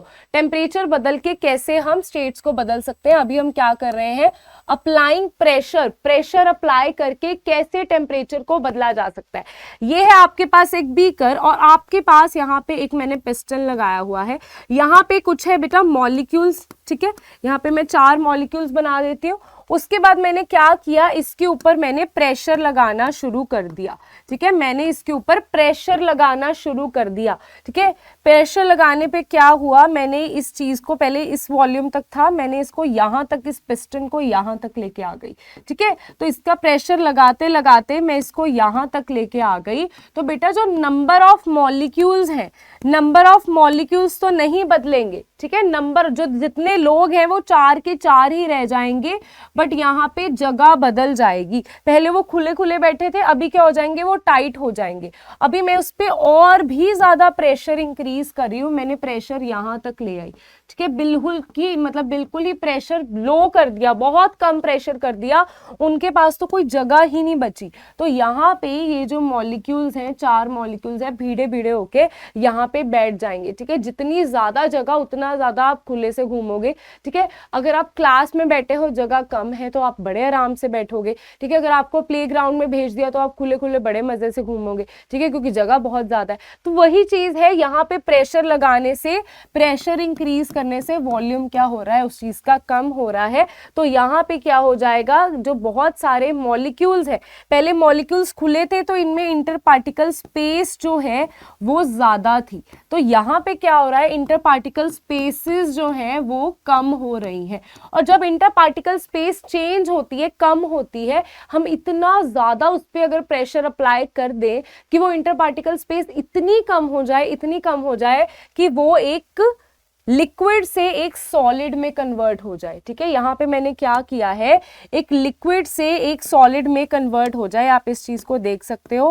पहले ये क्या थे, इतने दूर थे, एंड में प्रेशर लगाते लगाते ये बहुत ही पास आ चुके हैं, बहुत ही पास आ चुके हैं, जितने पास एक सॉलिड के पार्टिकल्स होते हैं। तो एक लिक्विड से एक सॉलिड में कन्वर्ट हो चुके हैं, ठीक है। वैसे यूजुअली लिक्विड कंप्रेसिबल नहीं होते, यूजुअली जो गैसेस होती हैं वो कंप्रेसिबल होती हैं, ठीक है। लिक्विड कंप्रेसिबल नहीं होते। तो ये वाला कंसेप्ट किस पे अप्लाई होता है, ये वाला कंसेप्ट अप्लाई होता है किस पे, गैसेस पे अप्लाई होता है। उसे हम बोलते हैं लिक्विफिकेशन ऑफ गैसेस, उसे हम बोलते हैं लिक्विफिकेशन ऑफ गैसेस, जिसमें हम क्या करते हैं, गैस के मॉलिक्यूल्स को, because they are easily compressible, हम गैसेस को बहुत ही ज्यादा कंप्रेस कर सकते हैं, प्रेशर अप्लाई करके उनको बहुत ही छोटी सी जगह पे ऑक्यूपाई कर सकते हैं। तो बेटा वैसे ही जो गैस सिलेंडर्स होते हैं उसमें क्या होता है, जो गैसेस होती हैं बहुत लो प्रेशर में रखी जाती हैं, लिक्विफाई करके रखी जाती है। अगर आपने देखा होगा हॉस्पिटल्स में ऑक्सीजन सिलेंडर्स होते हैं, तो उन ऑक्सीजन सिलेंडर्स में जो ऑक्सीजन गैस होती है बहुत ही ज्यादा अमाउंट की होती है, लेकिन उसको लिक्विफाई करके एक छोटे से सिलेंडर में रखा जाता है, ठीक है गाइस। तो यही चीज है, that is liquefaction of gases. Gas में प्रेशर इतना कम कर दो, इतना कम कर दो कि वो बेचारी लिक्विड में ही कन्वर्ट हो जाए। ओके गाइस, तो नेक्स्ट आता है हमारे पास evaporation. This is the last topic of this chapter, evaporation. Evaporation और वेपराइजेशन में क्या फर्क है, पहले तो ये बताओ, what is the difference between evaporation and vaporization. Evaporation and vaporization, पहले तो ये डिफरेंस क्लियर होना चाहिए आपको। देखो वेपराइजेशन क्या होती है, दोनों में एक ही चीज हो रही है, दोनों में a liquid is getting converted into gas, a liquid is getting converted into gas. Then what is the difference between vaporisation and evaporation. The difference is that in vaporisation यहाँ पे क्या होता है, यहाँ पे बॉइलिंग पॉइंट अचीव करके, ठीक है, बॉइलिंग पॉइंट पर एक लिक्विड गैस में कन्वर्ट होता है, और यहाँ पे बॉइलिंग पॉइंट की जरूरत नहीं पड़ती, वो बिलो द बॉइलिंग पॉइंट ही किस में कन्वर्ट हो जाता है, बिलो द बॉइलिंग पॉइंट ही किस में कन्वर्ट हो जाता है, लिक्विड टू गैस में कन्वर्ट हो जाता है। तो इसमें मेन डिफरेंस क्या है हमारा, this is the main difference. यहाँ पे at boiling point liquid gas में कन्वर्ट होता है, मैं उसको हीट कर रही हूं, वो बॉयल हो रहा है, उसके बाद लिक्विड गैस में कन्वर्ट होगा। लेकिन इवेपोरेशन क्या है, आपने कपड़े रख दिए बाहर सनलाइट में, अभी आप कपड़ों को उबाल तो नहीं रहे हो, ठीक है, ड्राई करने के लिए, वो क्या हो रहे हैं, धीरे धीरे सनलाइट की हेल्प से खुद ही थोड़ी थोड़ी हीट एब्जॉर्ब करते करते वो क्या हो रहे हैं, लिक्विड से गैस में कन्वर्ट हो रहे हैं। तो यहाँ पे वो बिलो द बॉइलिंग पॉइंट है। अगर बिलो द बॉइलिंग पॉइंट नहीं होता तो जब कपड़े सूख रहे हैं आप उसको हाथ भी ना लगा पाते, क्योंकि वो कपड़े क्या हो रहे होते, बॉयल हो रहे होते, बॉइलिंग टेम्परेचर पे तो हम हाथ नहीं लगा सकते, ठीक है। तो यहाँ पे बिलो द बॉइलिंग पॉइंट काम होता है, यहाँ पे एट बॉइलिंग पॉइंट काम होता है। इस चीज को हमने अच्छे से याद रखना है बच्चा, ठीक है। तो यहाँ पे क्या बोल रहा है, यहाँ पे यही चीज बता रहा है कि ये जो नदी है यहाँ पे क्या हो रहा है, इवेपोरेशन हो रही है, ठीक है। सनलाइट, नेचुरल सनलाइट की हेल्प से एक जो रिवर है वो धीरे धीरे इवेपोरेट हो रही है। यहाँ पे वो क्या बोल रहा है, यहाँ पे आपको जो हमारा सी होता है, जो नमक, जो हमारा सी वाटर होता है उसमें नमक होता है, ठीक है, रॉक सॉल्ट होता है। तो रॉक सॉल्ट निकालने के लिए क्या होता है, वो कुछ अमाउंट ऑफ सी वाटर को साइड पे डिपॉजिट कर लेते हैं, उस डिपॉजिट करके उसके बाद उस पे सनलाइट को, सनलाइट जहाँ पे सनलाइट बहुत ही ज्यादा हो वहां पे उसे रखा जाता है, और उसके बाद क्या होता है, इवेपोरेट होके पीछे पानी तो चला जाता है, लेकिन पीछे क्या रह जाता है हमारे पास, कॉमन सॉल्ट, ठीक है, जो हम नमक खाते हैं। उसके बाद उस नमक को प्योरीफाई किया जाता है और हमारे घरों तक वो आ जाता है। तो गाइज यही दो चीजें हैं। इसके बाद आता है फैक्टर्स इफेक्टिंग इवेपोरेशन। कौन कौन से फैक्टर्स इवेपोरेशन को इफेक्ट करते हैं। First is temperature. जैसे ही टेम्परेचर बढ़ेगा, जिस दिन धूप बहुत ही बढ़िया निकली होती है तो कपड़े अच्छे से सूख जाते हैं, दैट मीन्स टेम्परेचर बढ़ाने पर इवेपोरेशन क्या होती है, इंक्रीज होती है। टेम्परेचर जितना ज्यादा सनी डे होगा उतने ही बढ़िया हमारे कपड़े सूख जाएंगे, ठीक है। Next is surface area. मुझे अब इतनी बात बताओ कि अगर आपने पानी गिरा दिया, अगर आपने ग्लास में पानी रखा हुआ है उसको धूप में रख दो, ठीक है, क्या वो उसको 5-6 दिन 7 दिन 8 दिन लग जाएंगे इवेपोरेट होने पे। लेकिन अगर आप उसी सेम वाटर को ऐसे गिरा के फैला के रख दो, ठीक है, आप उसी सेम वाटर को ऐसे फैला दो और उसको गिरा दो, तो वो क्या करेगा, विद इन 2-3 आवर्स वो इवेपोरेट हो जाएगा। क्यों, यहाँ पे आपने पहले ग्लास में रखा हुआ था सेम वाटर, ठीक है, उसका सरफेस एरिया जो था वो कम था, ठीक है, सरफेस एरिया कम था। जब भी आप उसने ग्लास में पानी निकाला और उसको आपने फ्लोर पे फेंक दिया, तो उसका जो सरफेस एरिया है, सरफेस एरिया जो है वो इंक्रीज हो जाएगा। सरफेस एरिया इंक्रीज होने से क्या होता है, इवेपोरेशन भी इंक्रीज हो जाती है। ठीक है बेटा, तो ये तो हमारी सारी ना डेली लाइफ से लिंक्ड चीजें हैं। मैं सिर्फ आपको एग्जांपल्स लेके आ रही हूँ आपके सामने। जैसे सरफेस एरिया इंक्रीज होता है, इवेपोरेशन इंक्रीज हो जाती है। Next is humidity. ह्यूमिडिटी क्या होती है, ह्यूमिडिटी आर वेपर्स, ठीक है, ह्यूमिडिटी क्या होती है, वाटर वेपर्स।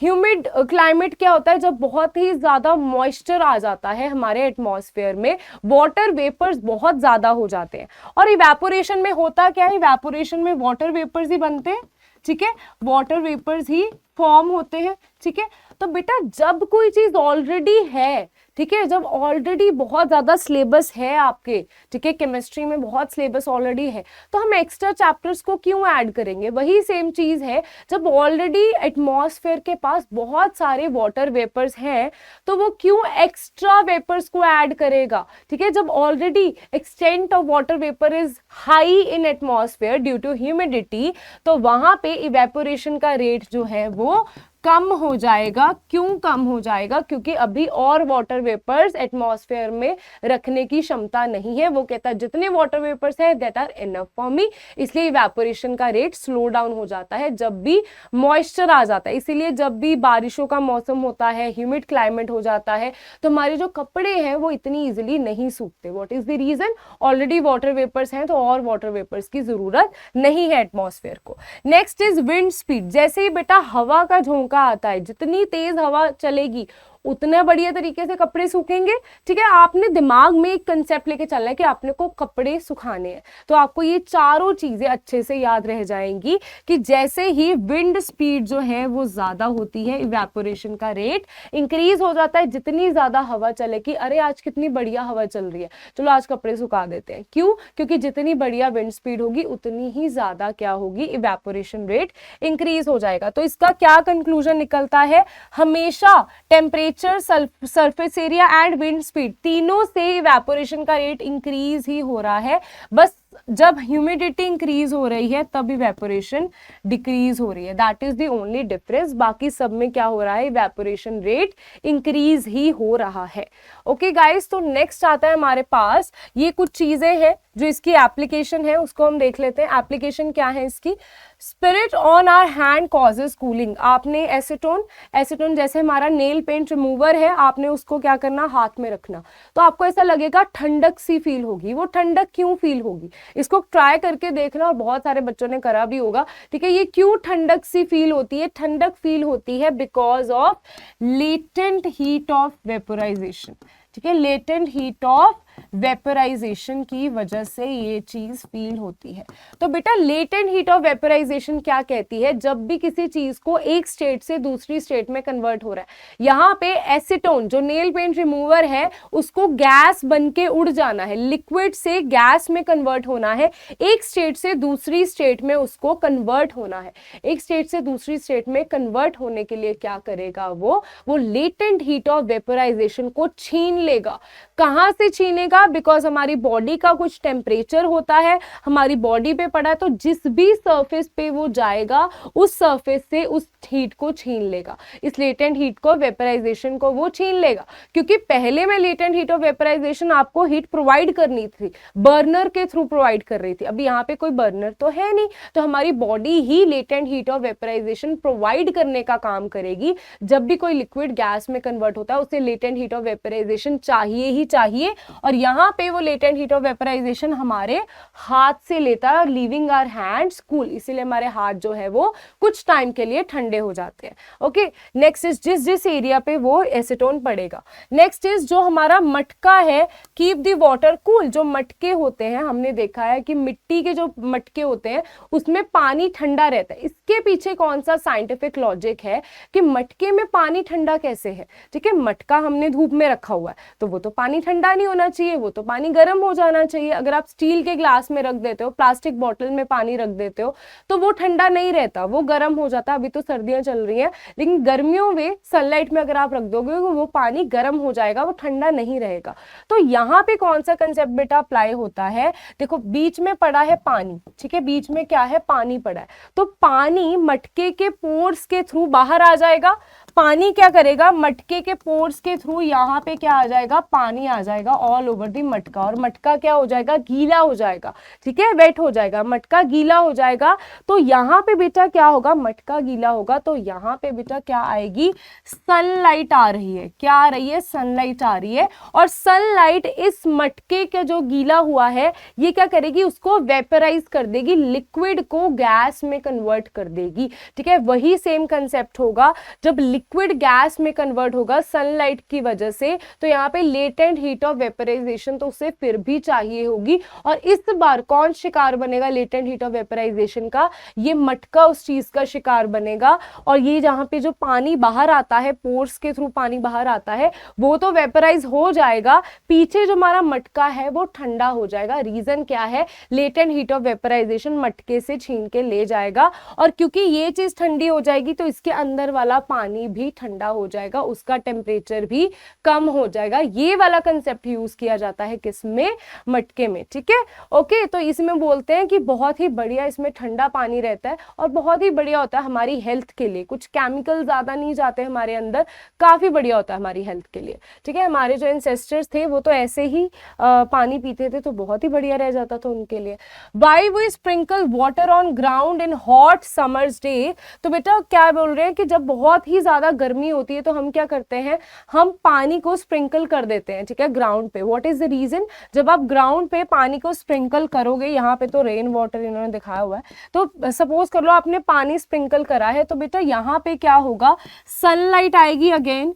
ठीक है, सनलाइट आएगी। सनलाइट क्या होगी? वेपराइजेशन, इवेपोरेशन शो करेगी। इवेपोरेशन होने का क्या मतलब है? लिक्विड से गैस में कन्वर्ट होगा, और लिक्विड से गैस में कन्वर्ट होने के लिए उसे लेटेंट हीट ऑफ वेपराइजेशन चाहिए होगी। वो लेटेंट हीट ऑफ वेपराइजेशन इस ग्राउंड से मिलेगी। ठीक है, वो लेटेंट हीट ऑफ वेपराइजेशन उसे इसी ग्राउंड से मिलेगी। कहाँ से मिलेगी? इसी ग्राउंड से मिलेगी। इसी ग्राउंड से वो लेटेंट हीट ऑफ वेपराइजेशन को छीन लेगा, चला जाएगा, गैस में कन्वर्ट हो जाएगा, पीछे वो ग्राउंड क्या हो जाएगा? कुछ टाइम के लिए ठंडा ठंडा कूल कूल हो जाएगा। नेक्स्ट इज हमें स्वेटिंग होती है। ठीक है, तो कहता है sweating keeps our body cool. Sweating कैसे हमारी बॉडी को कूल रखती है? सेम वही कंसेप्ट है, हमें पसीना आया, हमें स्वेटिंग हुई, और ये बहुत ही बढ़िया होती है आपकी हेल्थ के लिए। आपका बॉडी टेम्परेचर मेंटेन रहता है इससे। ठीक है, तो यहाँ पे आपके पास हुई स्वेटिंग, स्वेटिंग होने से आपकी बॉडी क्या हो गई? गीली हो गई। तो यहाँ पे अभी क्या होगा? अगेन क्योंकि सनलाइट है, धूप है, टेम्परेचर ज्यादा है, तो क्या होगा? इसकी वजह से लिक्विड से गैस में कन्वर्ट तो होना ही है इसने। तो लिक्विड से गैस में कन्वर्ट होने के लिए इसे चाहिए लेटेंट हीट ऑफ वेपराइजेशन। और लेटेंट हीट ऑफ वेपराइजेशन इसे कहां से मिलेगी बेटा? लेटेंट हीट ऑफ वेपराइजेशन हमारी बॉडी से मिलेगी, हमारी स्किन से मिलेगी इसे।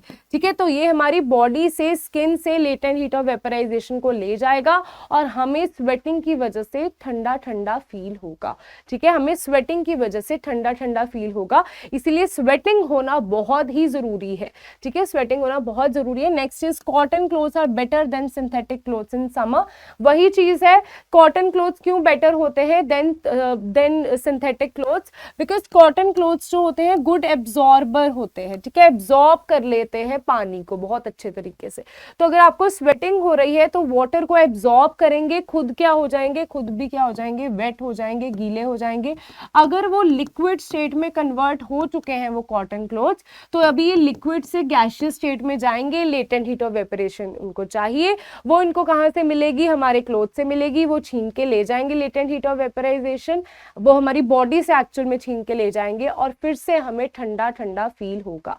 ठीक है, तो यहाँ पे सारा कंसेप्ट क्या है, लेटेंट हीट ऑफ वेपराइजेशन का ही है।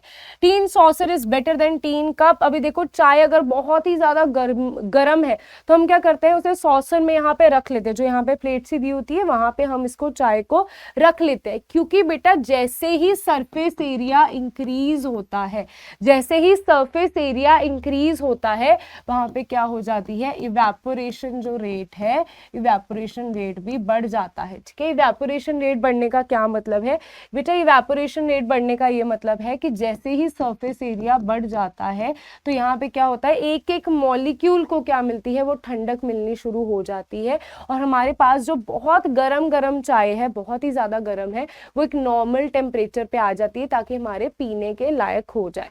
ओके गाइस, नेक्स्ट इज हमारे पास देखो, हमने 3 स्टेट्स तो कर ली है मैटर की, बहुत ही अच्छे तरीके से हमने डिस्कशन कर ली है बेटा। और 2 स्टेट्स होती हैं, that is plasma and Bose-Einstein. ठीक है, एंड बोस-आइंस्टीन कॉन्डेंसेट, जिसे हम BEC बोलते हैं, बोस-आइंस्टीन कॉन्डेंसेट। तो हम इन दोनों स्टेट के बारे में थोड़ा सा ओवरव्यू ले लेते हैं। वैसे तो इसकी डिटेल इतनी ज्यादा है, कोई लिमिट ही नहीं है इन दोनों के बारे में स्टडी करने के लिए, लेकिन आपको बहुत ही अच्छा फील होगा जब आप इन दोनों के बारे में समझोगे।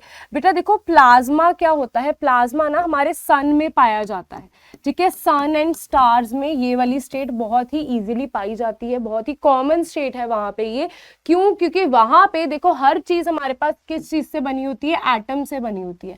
और एटम को जब टेम्परेचर, बहुत ही ज्यादा टेम्परेचर मिलता है, जो कि उनको सन में बहुत ज्यादा टेम्परेचर, हाई टेम्परेचर मिल रहा है, तो ये जो एटम होते हैं ये किस में कन्वर्ट हो जाते हैं, आयंस में कन्वर्ट हो जाते हैं एंड इलेक्ट्रॉन्स में कन्वर्ट हो जाते हैं due to high temperature in suns and star. और इसी वजह से, इन्हीं आयंस एंड इलेक्ट्रॉन्स की वजह से ये ग्लो प्रोड्यूस करते हैं, किसमें, सन और स्टार्स में हमें ग्लो नजर आता है। ओके, सो ये जो रोशनी है ये किसकी वजह से आ रही है, बिकॉज ऑफ प्लाज्मा स्टेट की वजह से ये आ रही है। तो वही चीज बताइए कि एटम है हमारे पास, वो क्या हो जाएगा, बहुत ही ज्यादा हाई टेम्परेचर में किस में कन्वर्ट हो जाएगा, आयंस में एंड इलेक्ट्रॉन्स में कन्वर्ट हो जाएगा।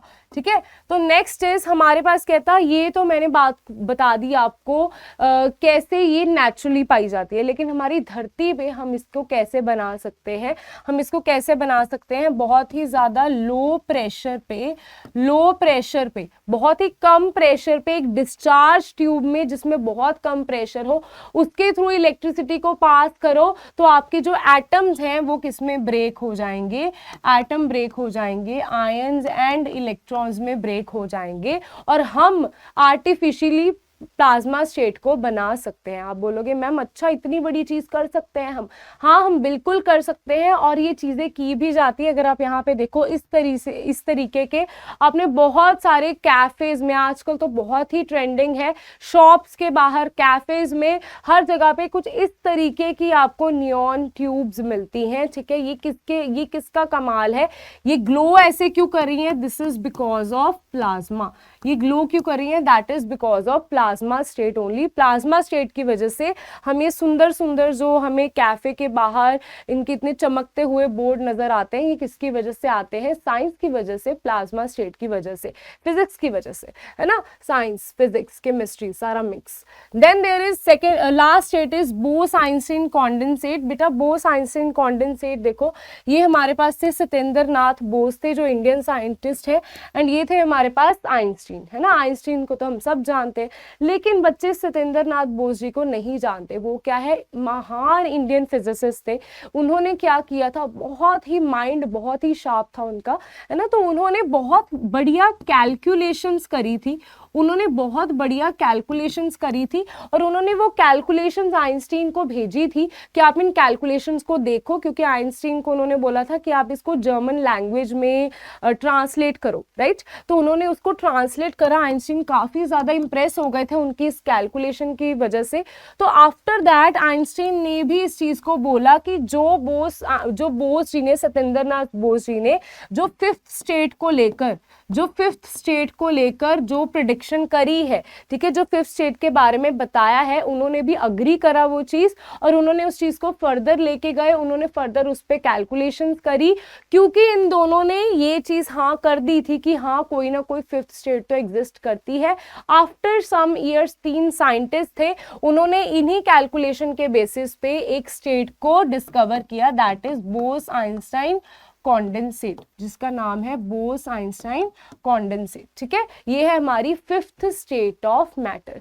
तो guys that's all about matter in our surroundings, आपका चैप्टर नंबर 1 था, ठीक है। ये बहुत सारे बच्चों के सिलेबस में था, इसीलिए मैंने ये बहुत डिटेल में आपको करवाया ताकि आपके बेस जो है 9th क्लास का बेस बहुत इंपॉर्टेंट होता है, वो आपका बेस क्लियर हो जाए, आपको आने वाले ईयर्स में कोई प्रॉब्लम ना आए। चाहे आपका ये चैप्टर कट हो चुका है, मेरे अकॉर्डिंग तो आपको फिर भी ये चैप्टर जरूर चाहे 2x पे लगा के देख लेना, एक बारी जरूर पढ़ना चाहिए ताकि आपके कॉन्सेप्ट्स जो हैं वो कहीं भी हिले ना, आप बहुत बढ़िया तरीके से आगे हायर क्लासेस में भी अपना केमिस्ट्री पे आपकी एक पकड़ रहे। तो guys that's all about today and keep learning, keep smiling. कोई भी डाउट हो जो आपको नहीं समझ में आया इस पूरे लेक्चर में, कमेंट सेक्शन में लिखो और आगे आने वाले वीडियोस के लिए आप कौन कौन से कंसेप्ट्स को पढ़ना चाहते हो वो भी मुझे कमेंट सेक्शन में लिख के बताओ। Thank you so much.